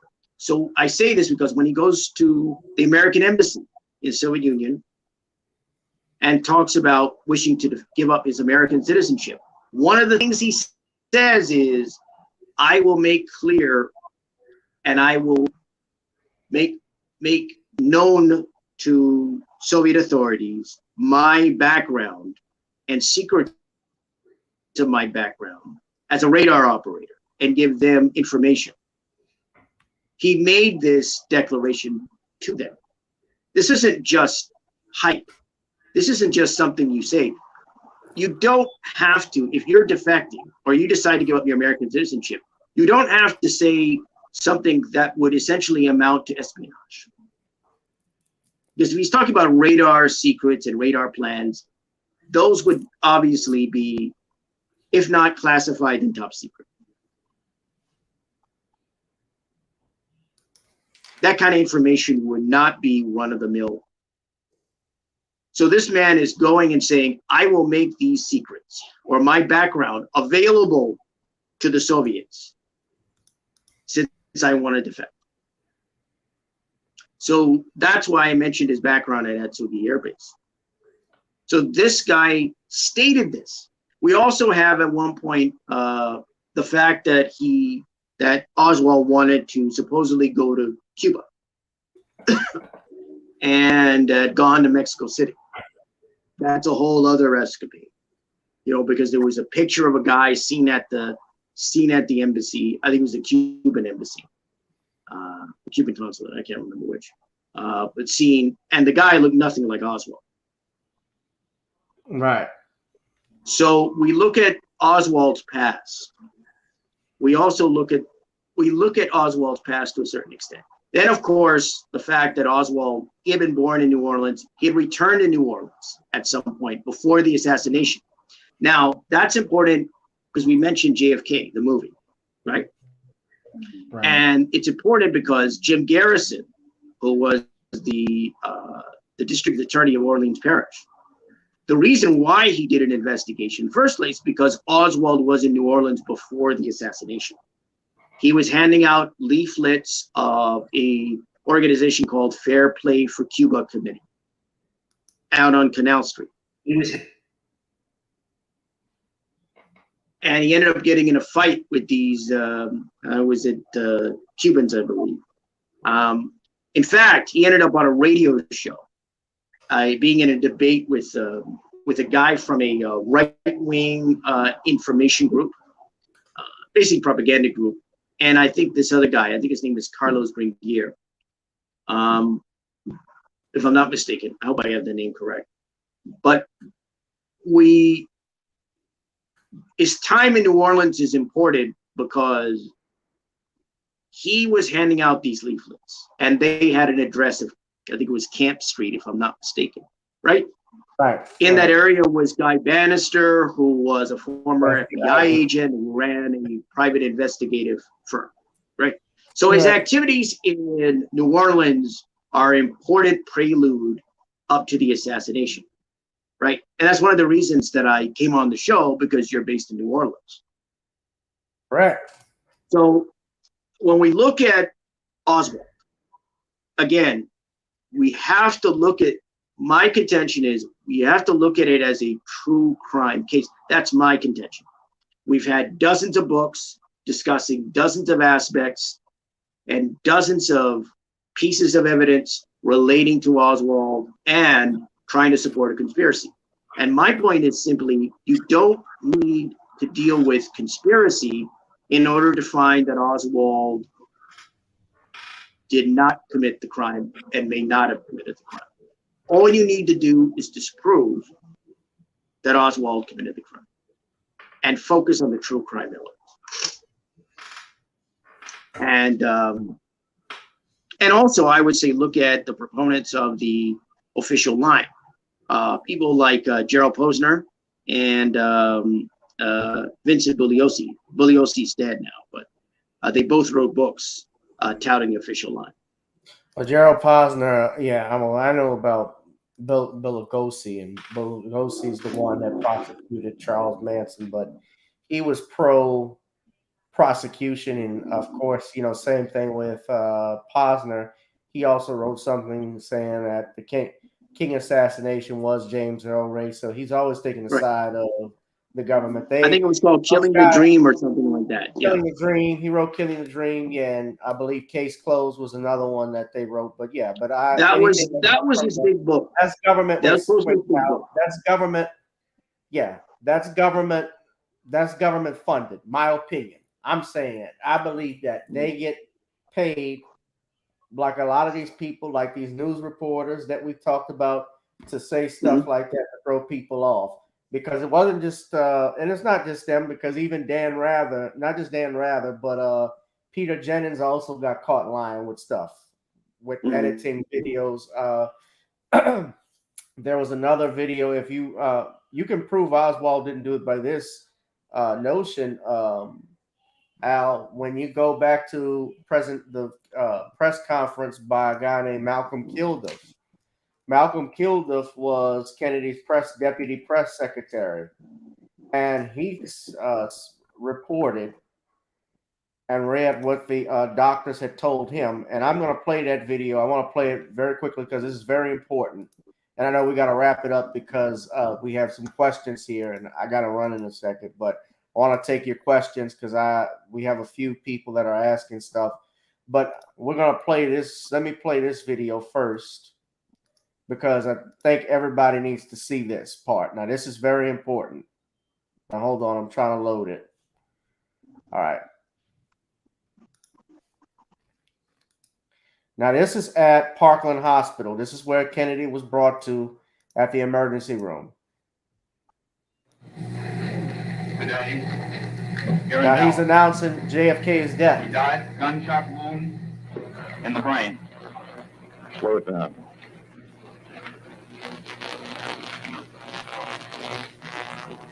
I have no other details regarding the assassination of the president. Anything about the shooting? No, I have no information on that. Was Mrs. Kennedy hit? Mrs. Kennedy was not hit. Was Connolly hit? Governor Connolly was hit. Was Vice President Johnson hit? The vice president was not hit. Has the Vice President taken a role? No. Can we see him? He is left. Where did he go? I'm sorry, for reasons of security, I cannot discuss the whereabouts or travel plans of the vice president. What kind of condition? I understand that Governor Connolly's condition is satisfactory. He was shot twice, once apparently in the side, and once in the wrist. He said he was shot twice. I'm sorry, Bob, I don't know. The governor. You say it. The president was shot once. Where is Mrs. In the head. Now, we know that's not correct because they found that Kennedy had a throat wound. Right. And in fact, I'm sorry, I don't know if this is the video, but there was a video of him. Let me see if I can go back and find it. But okay, so this is the actual one we need to see. This is a full clip.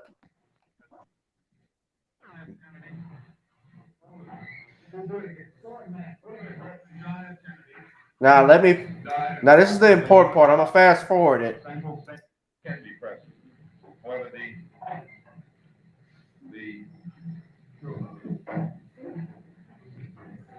the details I'll make available to you. Where should we return? Where should we go? I would suggest you stay right here. Any further information, I will either come up and give you myself, or I'll have Mr. Hawks come up and give you. Thank you. We have a doctor. Now watch this. Watch this. Simple matter, Tom, of a bullet right through the head. Of a bullet right through the head.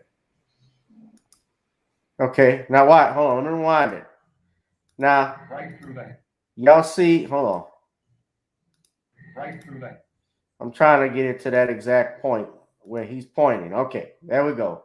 Now, this is important, and we're gonna wrap it up, but I have to bring this point up now. Al, you see where he's pointing at, right? Right to the temple. Yep. Now, Yes. now this is very important because when you look at the autopsy photographs of JFK, John F. Kennedy, you can actually see the actual photographs. You can see that this portion of the head is damaged. Now, the other thing is that there were some other photographs that were released, and they showed the president's head, but this was intact. All of this was intact, and there was a tiny bullet hole going from behind, which appeared to be an entrance room going to the president. However, those photographs by some experts in photography have even found that those photos were doctored. Now the question is, who could doctor them and why? And why did they do it? Now, when you look at Malcolm Kilduff pointing to the right the left part of the temple on the right side, that is important because he said it's a simple matter of a bullet right through the head. He is indicating that the shot that killed the president came from the front. We know that also JFK had a bullet wound in the front. And if you read Tom Reichert's reporting on the Kennedy assassination, when he was outside Parkland Hospital, doctors Dr. Kemp and Dr. Clark did a tracheotomy on John F. Kennedy through that bullet hole. Now, that could have been seen as tampering with evidence, being that Kennedy, although Kennedy was not technically dead, but he was certainly brain dead at that point. It had it was a very tiny wound in the throat, which would indicate a bullet from the front entrance room. So he was shot he had a bullet wound also in his back. So he was shot from the front and rear. That's what indicates that. We also have to indicate Albert, a man by the name of James Tigg, who was also wounded. There was also photographs of bullet holes in the windshield, the limo's windshield, as well as in the hood of the car. There were some bullets that were found in the grass. So this certainly indicated that there had to have been more than one gunman there in Dealey Plaza, certainly more than 3 shots. But I put that picture up because Kilduff is pointing to the right part of the head because that's where the direction that that fatal headshot came from. It came from the front right. Now, I don't have anything further to add to that, but you guys can check out and look at the rest of this clip if you would like. And it certainly goes and distorts what they officially said. Now, this is Malcolm Perry here. This is the doctor that saw President Kennedy.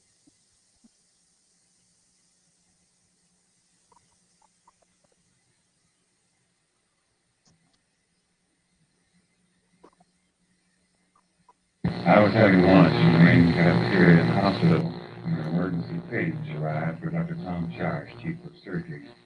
Knowing that he was presenting a paper out of town, we picked up the page, Dr. Ronald Jones, surgery resident, and myself. They informed us that the president had been shot and was being brought to the emergency room. We went there immediately, and he had just been brought in. It was obvious initially that he had a severe... I'm going to play this and then one more video, Al, and then we could take questions. Or if you want to add one more thing. Placed the tube in the president's trachea to assist his breathing, but there was a neck wound anteriorly and a large wound to his head in the right posterior area. Now you heard Did that. not detect a heartbeat or pulse, but he was obviously moribund. Dr. Perry said there was a... Let's rewind it. Pulse, he was obviously moribund, having considerable difficulty with his breathing. At this point, I elected to do a tracheostomy to assist his breathing. Requested assistance from Dr. Kemp Clark, Chief of Neurosurgery, Dr. Charles Baxter and Robert McClellan, attending surgeons who came to my assistance immediately. Blood transfusions were began. With the assistance of Drs. Baxter and McClellan, I completed the tracheostomy and respiration was assisted. At the time of the tracheostomy, I noted evidence of air in the blood and upper medial spine. Felt that an injury had been sustained in this area by the passage of the bullet through the neck and asked that a chest tube be put in place, which was done. Dr. Pepper Jenkins, chief of anesthesia, by this time was assisting in respiration.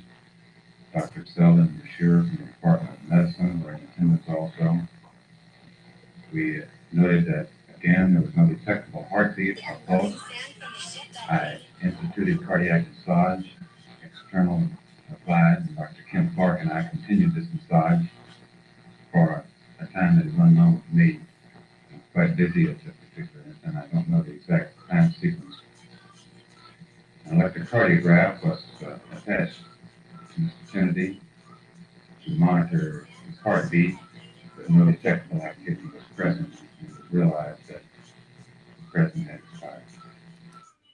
This is the final video I want to share. Now, these are the surgeons and doctors that were actually in Kennedy's, were there when Kennedy was brought in. This is Dr. McClellan.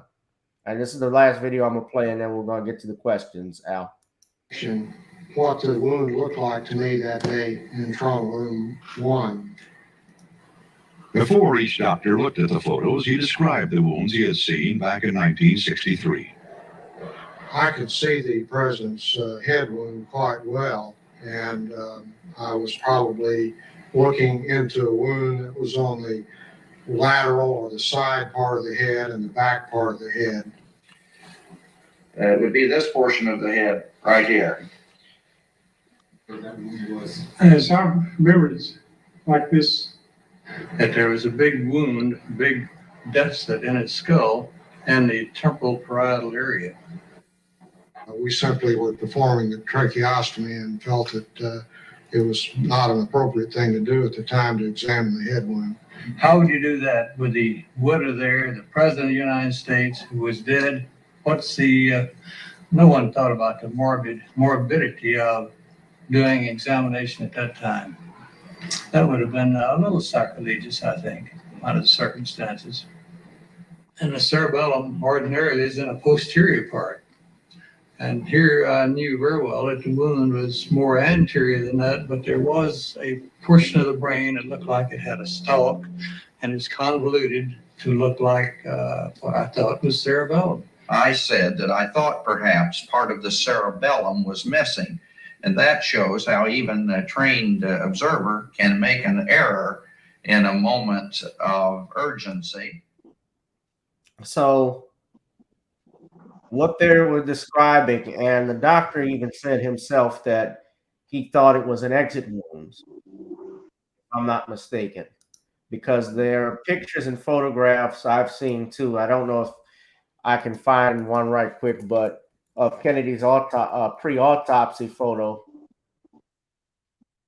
where you can actually see the entrance wound. And that's controversial as well, Al. I think that makes for even a different story. But here, and these photographs are graphic, just so everybody knows. But I just want to show everyone, this is what appears to be in this photograph right here, where the mouse is. You could see what looks like an entrance wound right there. Now, this is the photograph that they have here. This is an actual photograph that the Warren Commission had, that's from the official autopsy. Notice in this photograph, you don't see any damage to the back of the head. And it's completely different from what the doctor saw. This is another one.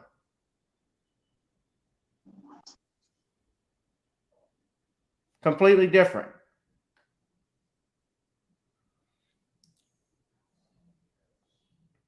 And this is the single bullet theory that they say caused all several wounds except for the fatal hit wound between President Kennedy and Governor Conway. Now, I'm going to stop the screen there.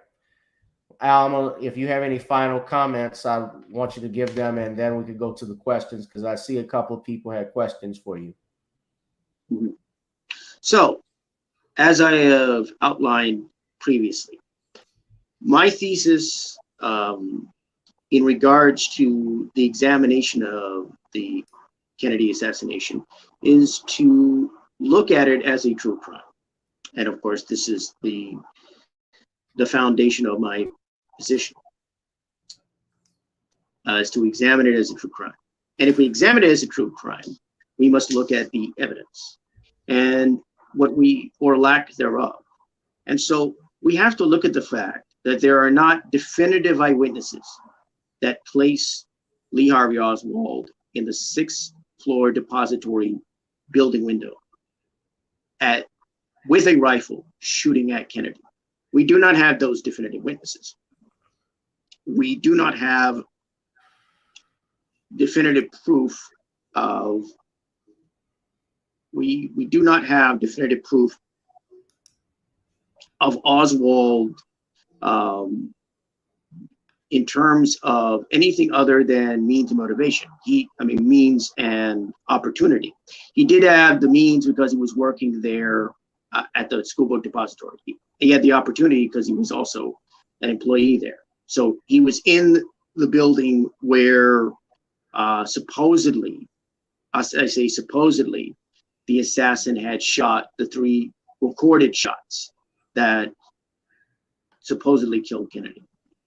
And so we have to look at this. We have to look at the fact that there are no eyewitnesses definitively that place Oswald with a rifle on the 6th floor depository shooting at Kennedy.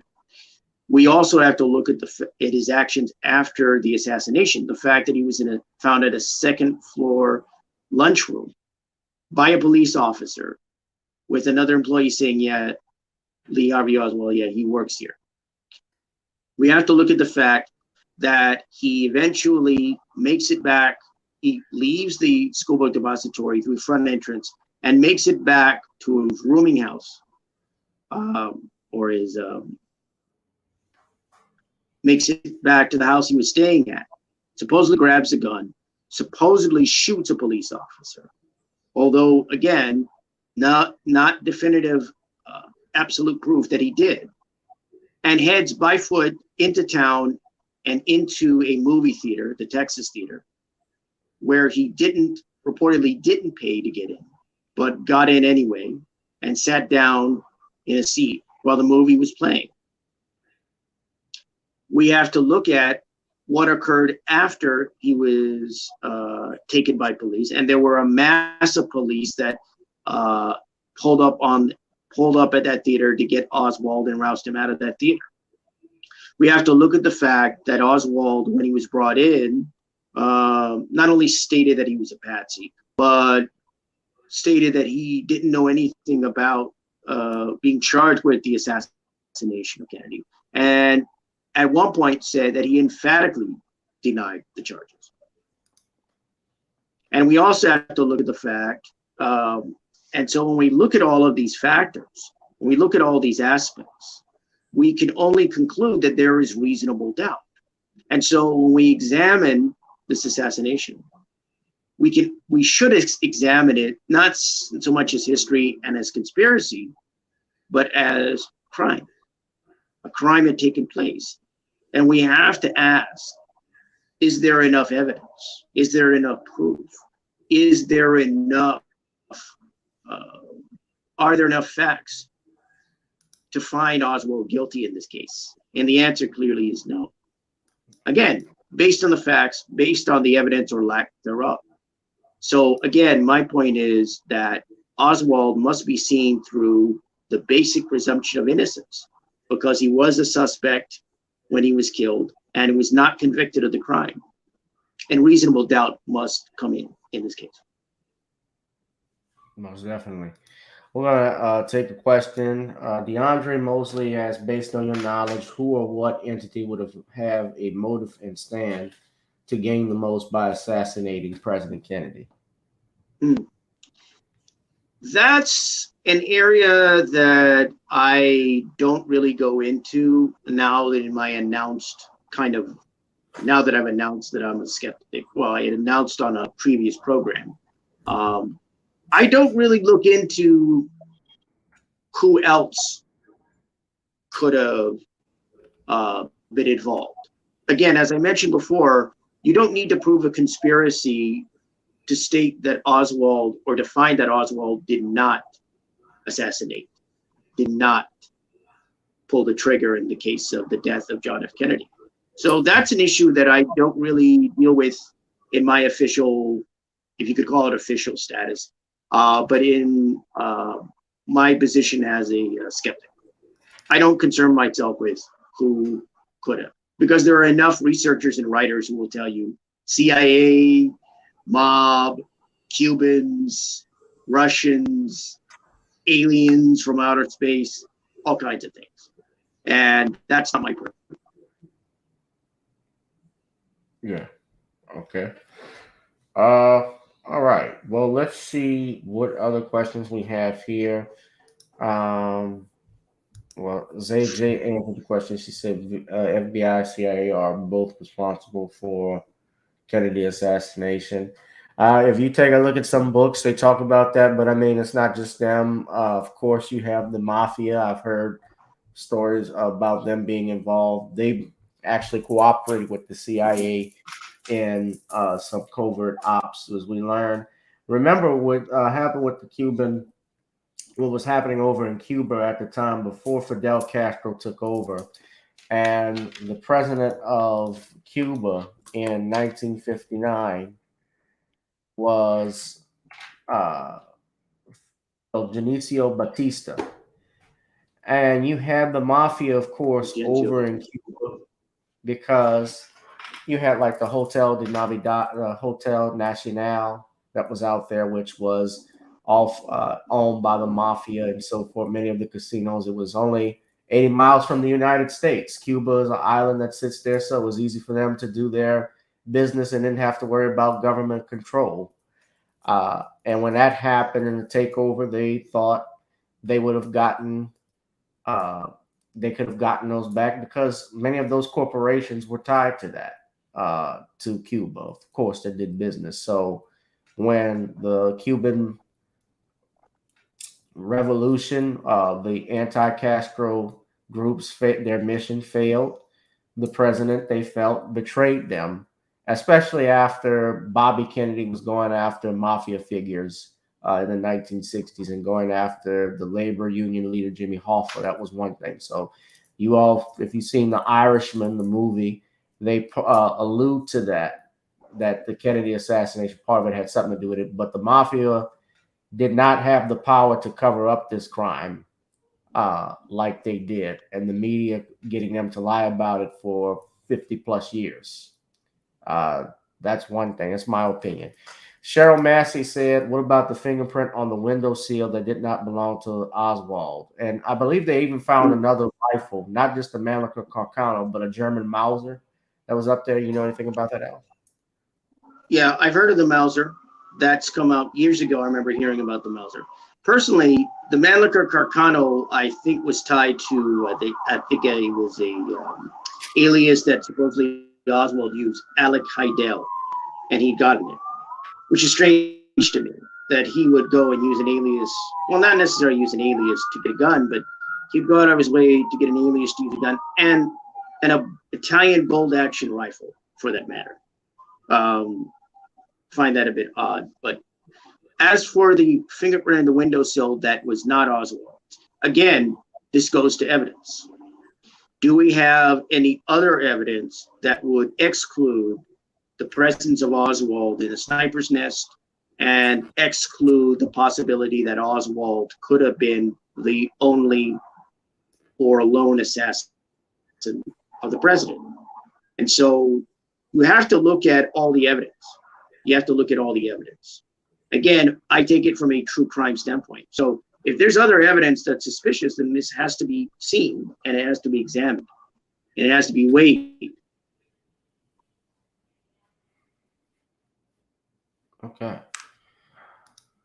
I don't know if we have any more questions about this, but I know, okay, Lucius said this earlier. How did Oswald know the motorcade was coming down that particular street? Well, I think that alludes to what we said earlier. He could not have known just as a single, if he's acting all alone. Remember what J. Edgar Hoover said? They had to make sure that the public has to know that it was Oswald and Oswald alone. So they didn't even elaborate on that. But the question remains again, who changed the parade route? Well, the argument will be that the route was printed in the newspaper, and that Oswald must have seen the parade route as out in the newspaper and had been ready with his Mannlicher Carcano to commit the foul deed that he allegedly did. So I've heard that stated, but again, you have to wonder, you have to look at the evidence. I go back to, where was Oswald found? Do we have any evidence that Oswald was on the 6th floor of the depository building? Is he tied by anyone? Is there somebody who was on the floor that saw him on the floor? Was there anybody that saw him at or near around the time? Mm-hmm. Where he was found was on the 2nd floor lunchroom. So my point is, if Oswald committed it, he committed this crime, he's going to go shoot 3 shots and then wipe it down, leave the rifle there, head down to the 2nd floor lunchroom and get a Coke and hang out? Why not leave the building? Why not be anywhere but there, right? Again, you have to look at the evidence that we're aware of and the lack of evidence. In this case, again, these questions are, it's always good to ask. How would this person have known? What did this person know? What do we know? And more importantly, what can be proven? And we don't have that in this case. We have the Warren Commission report and their investigation, and those who tout the official line. Right, most definitely. Well, this has been. Do we have new comments?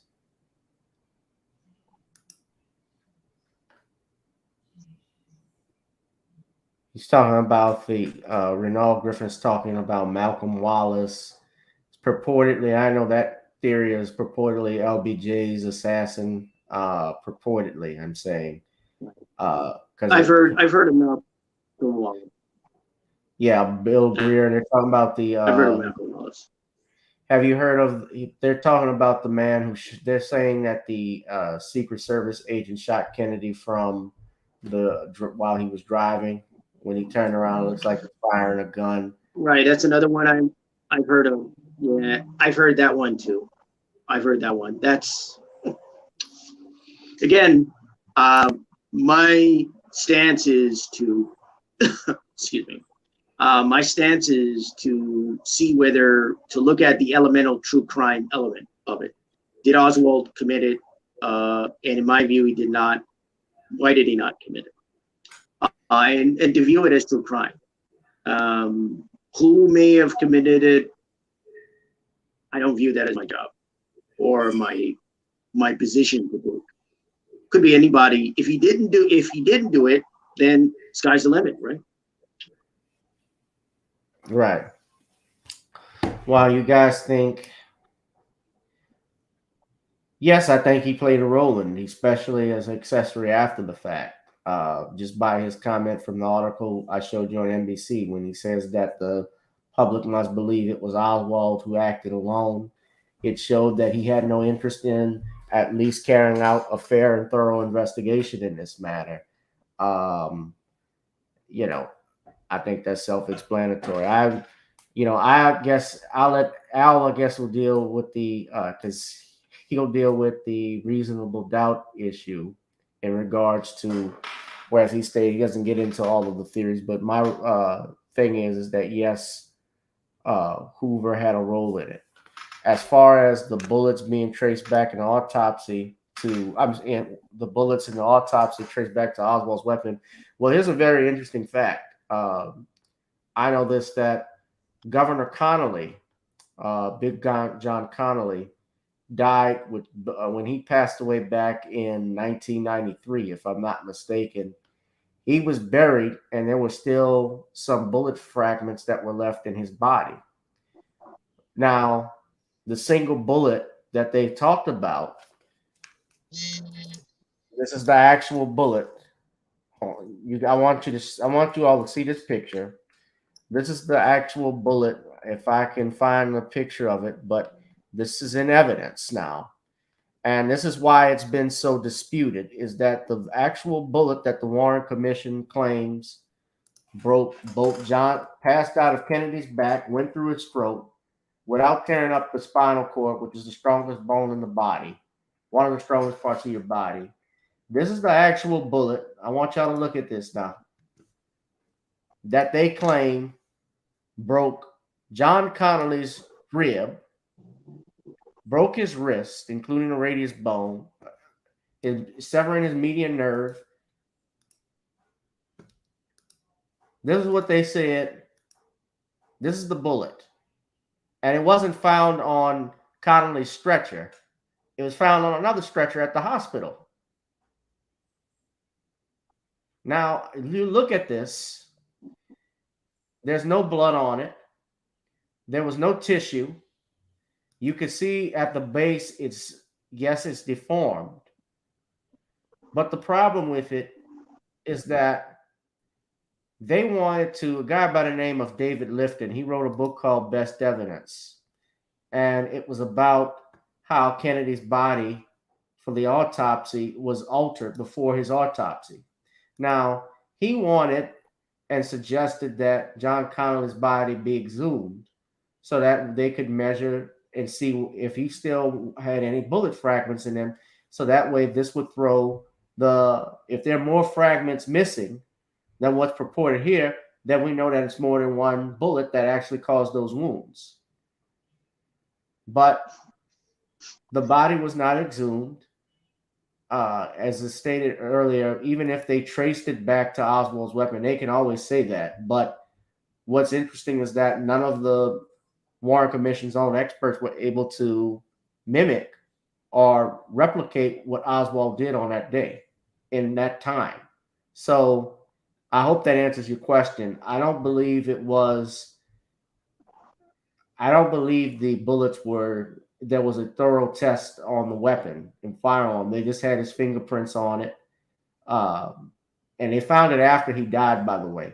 And it was reported even by the mortician who was preparing Lee Harvey Oswald's body for burial, that Secret Service agents or FBI agents, as you say, came in with their credentials, made him step out the room. And he could see they came out, when he went back, he saw ink on Lee Harvey Oswald's fingers, which shows that they purposely put his fingerprints on that weapon after he had passed. So that's where that came from. The parade route was originally listed in the newspaper, but like I said before, it had it going straight down. So at the last minute, the parade route was changed. That's what these facts mean. That's what these facts mean to me. Purportedly, somebody changed it. The who and what, you guys can leave. We've presented the suspects of who we suspect, but of course, with this being past 55 years, and most of the witnesses are deceased, people who were there no longer here, or people's minds have changed. As you get older, some people don't remember the same thing that they remembered 20, 30 years ago. Of course, the Kennedy assassination is something that most Americans remember where they were, who they were with when it happened, as it's called in psychology, flashbulb memory, where you just remember it's like a flash. something special. Like you remember when your kids were born.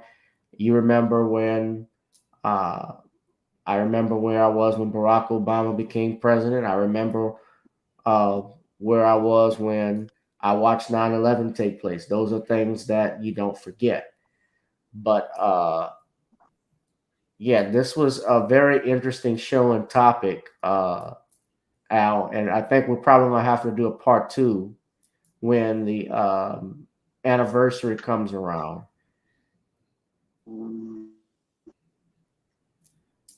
Possibly. So November 22nd is not far. Yeah, we'll see. Yeah, that might be interesting. Yeah. You guys can find Al on Twitter, and his Twitter handle. I'm gonna. Oh, I don't know. Go ahead. Yeah, Al, you were about to say something? Hello?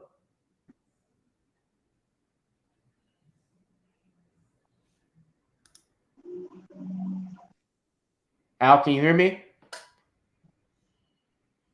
No. Yeah, my Twitter handle is @criticinc. @criticinc. I'm actually going to put it in the comment section so everybody can go to it, and please. @Critic Incorporated. So right. @criticinc on Twitter. Right. And, you can now, yes.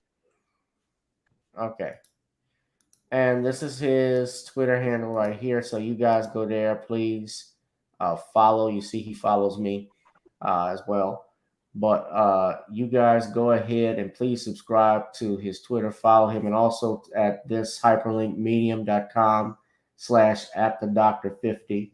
Look up his article, linkmedium.com here on Rush to Judgment 2.0, which I think you all will enjoy.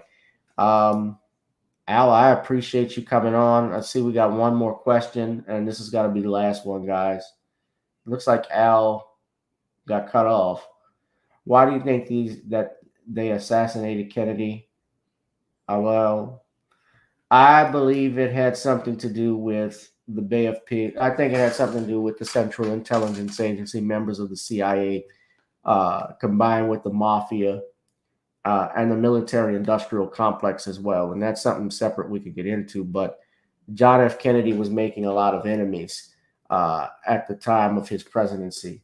And I see Alice come back in. I think we got disconnected. But that's who I personally think that was the motive behind it, was the Vietnam War. And there was a whole bunch of reasons. You know, Vietnam. I got kicked out by at the Extreme Yard. But let me just, at this point, people want me reach me on Twitter, because it seemed like more than a few comments, probably a lot more questions and comments than could handle. Yeah, that's where I'm at. @CriticINC. That's @CriticINC. @Critic Incorporated on Twitter. I'm also on Facebook.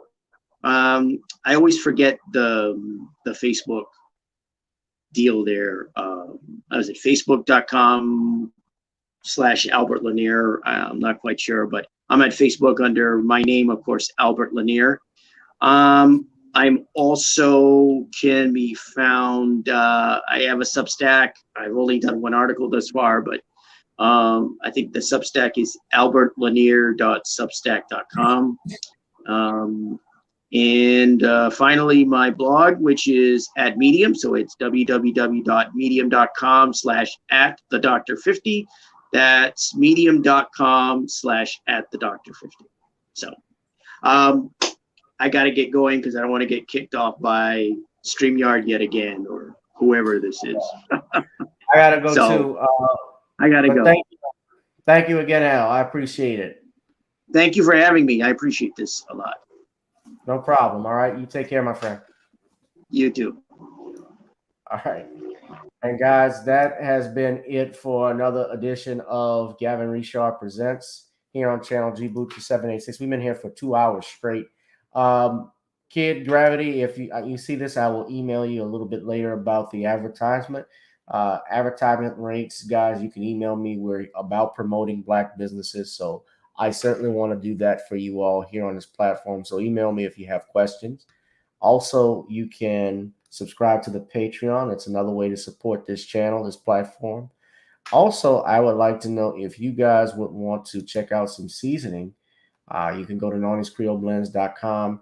NornisCreoleBlends.com. A bunch of people, including Bossa Queenie, has ordered hers and she enjoys it. And a few others, I believe Cheryl ordered.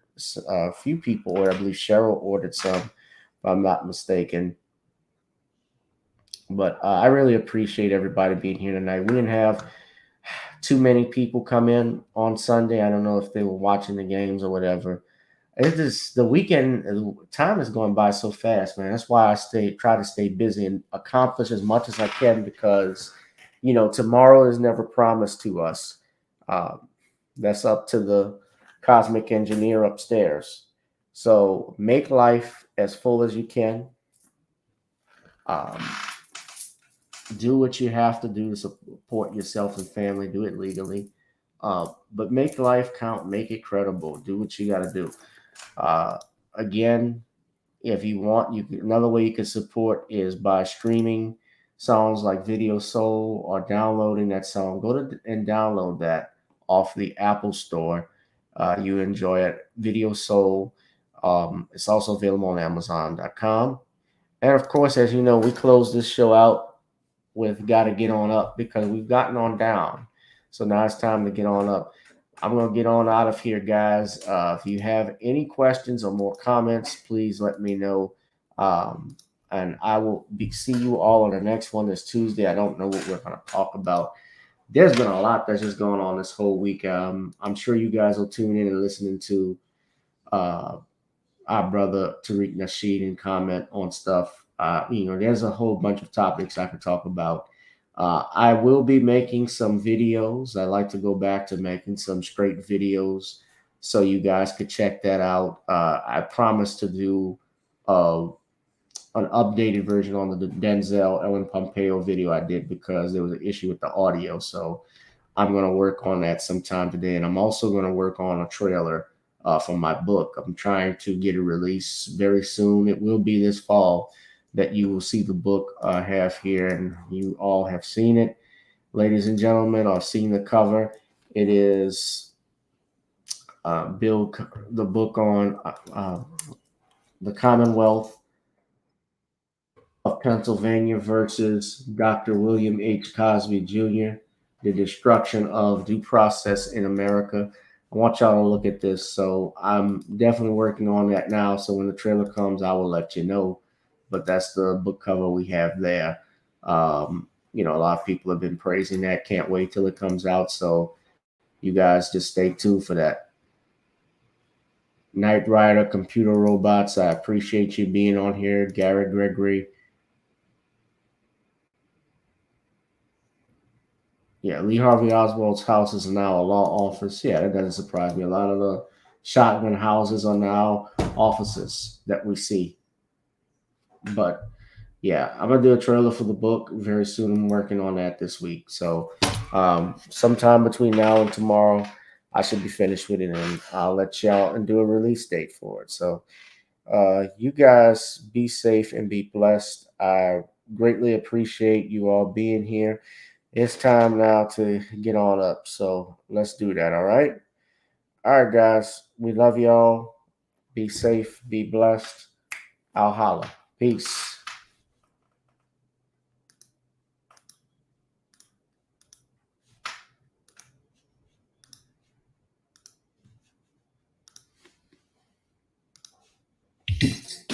Girl, come on. Gotta dance to the beat, because on the dance floor is where we'll meet. Show me what you got.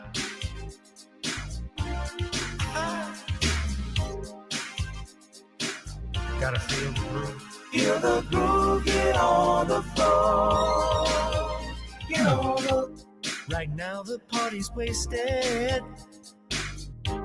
There's nothing much to do. But once the groove gets started, tell me, what do you have to lose?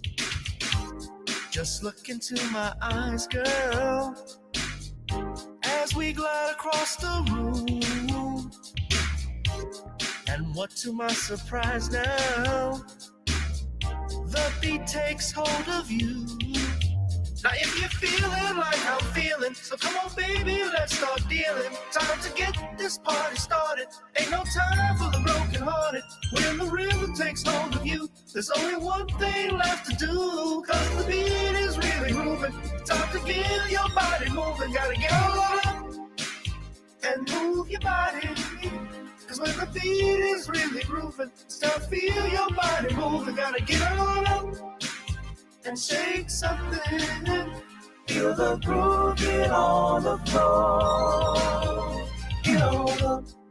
Tell the DJ play the whispers. Rock steady in the mood. Put on earth, wind, and fire. Tonight we're gonna groove. Show me how you do the four corners. Electric slide or two. Hit the bus stop or do the bunny hop, baby. It's really up to you. Now if you're feeling like I'm feeling, so come on baby, let's start dealing. Time to get this party started. Ain't no time for the broken hearted. When the rhythm takes hold of you, there's only one thing left to do. Cause the beat is really grooving. Time to get your body moving. Gotta get on up and move your body. Cause when the beat is really grooving, it's time to feel your body moving. Gotta get on up and shake something. Feel the groove, get on the floor. Get on up. Now, 2020 hasn't been the best year of all times. We've been dealing with death, the pandemic, racism, bad policing, and all the bad rhymes. But like Uncle Snoop once said, if you're breathing, you're achieving. So if you're ready, I need you all to get on up. Are you ready? 1 and 2 and 3 and 4. Get your butt on the dance floor. 5 and 6 and 7, 8. This jam we appreciate. We're gonna slide and step on the beat. On the dance floor is where we'll be. Feel the groove, get on the floor. Get on up and move your body. Cause when the beat is really grooving, it's time to feel your body moving. Gotta get on up and shake something.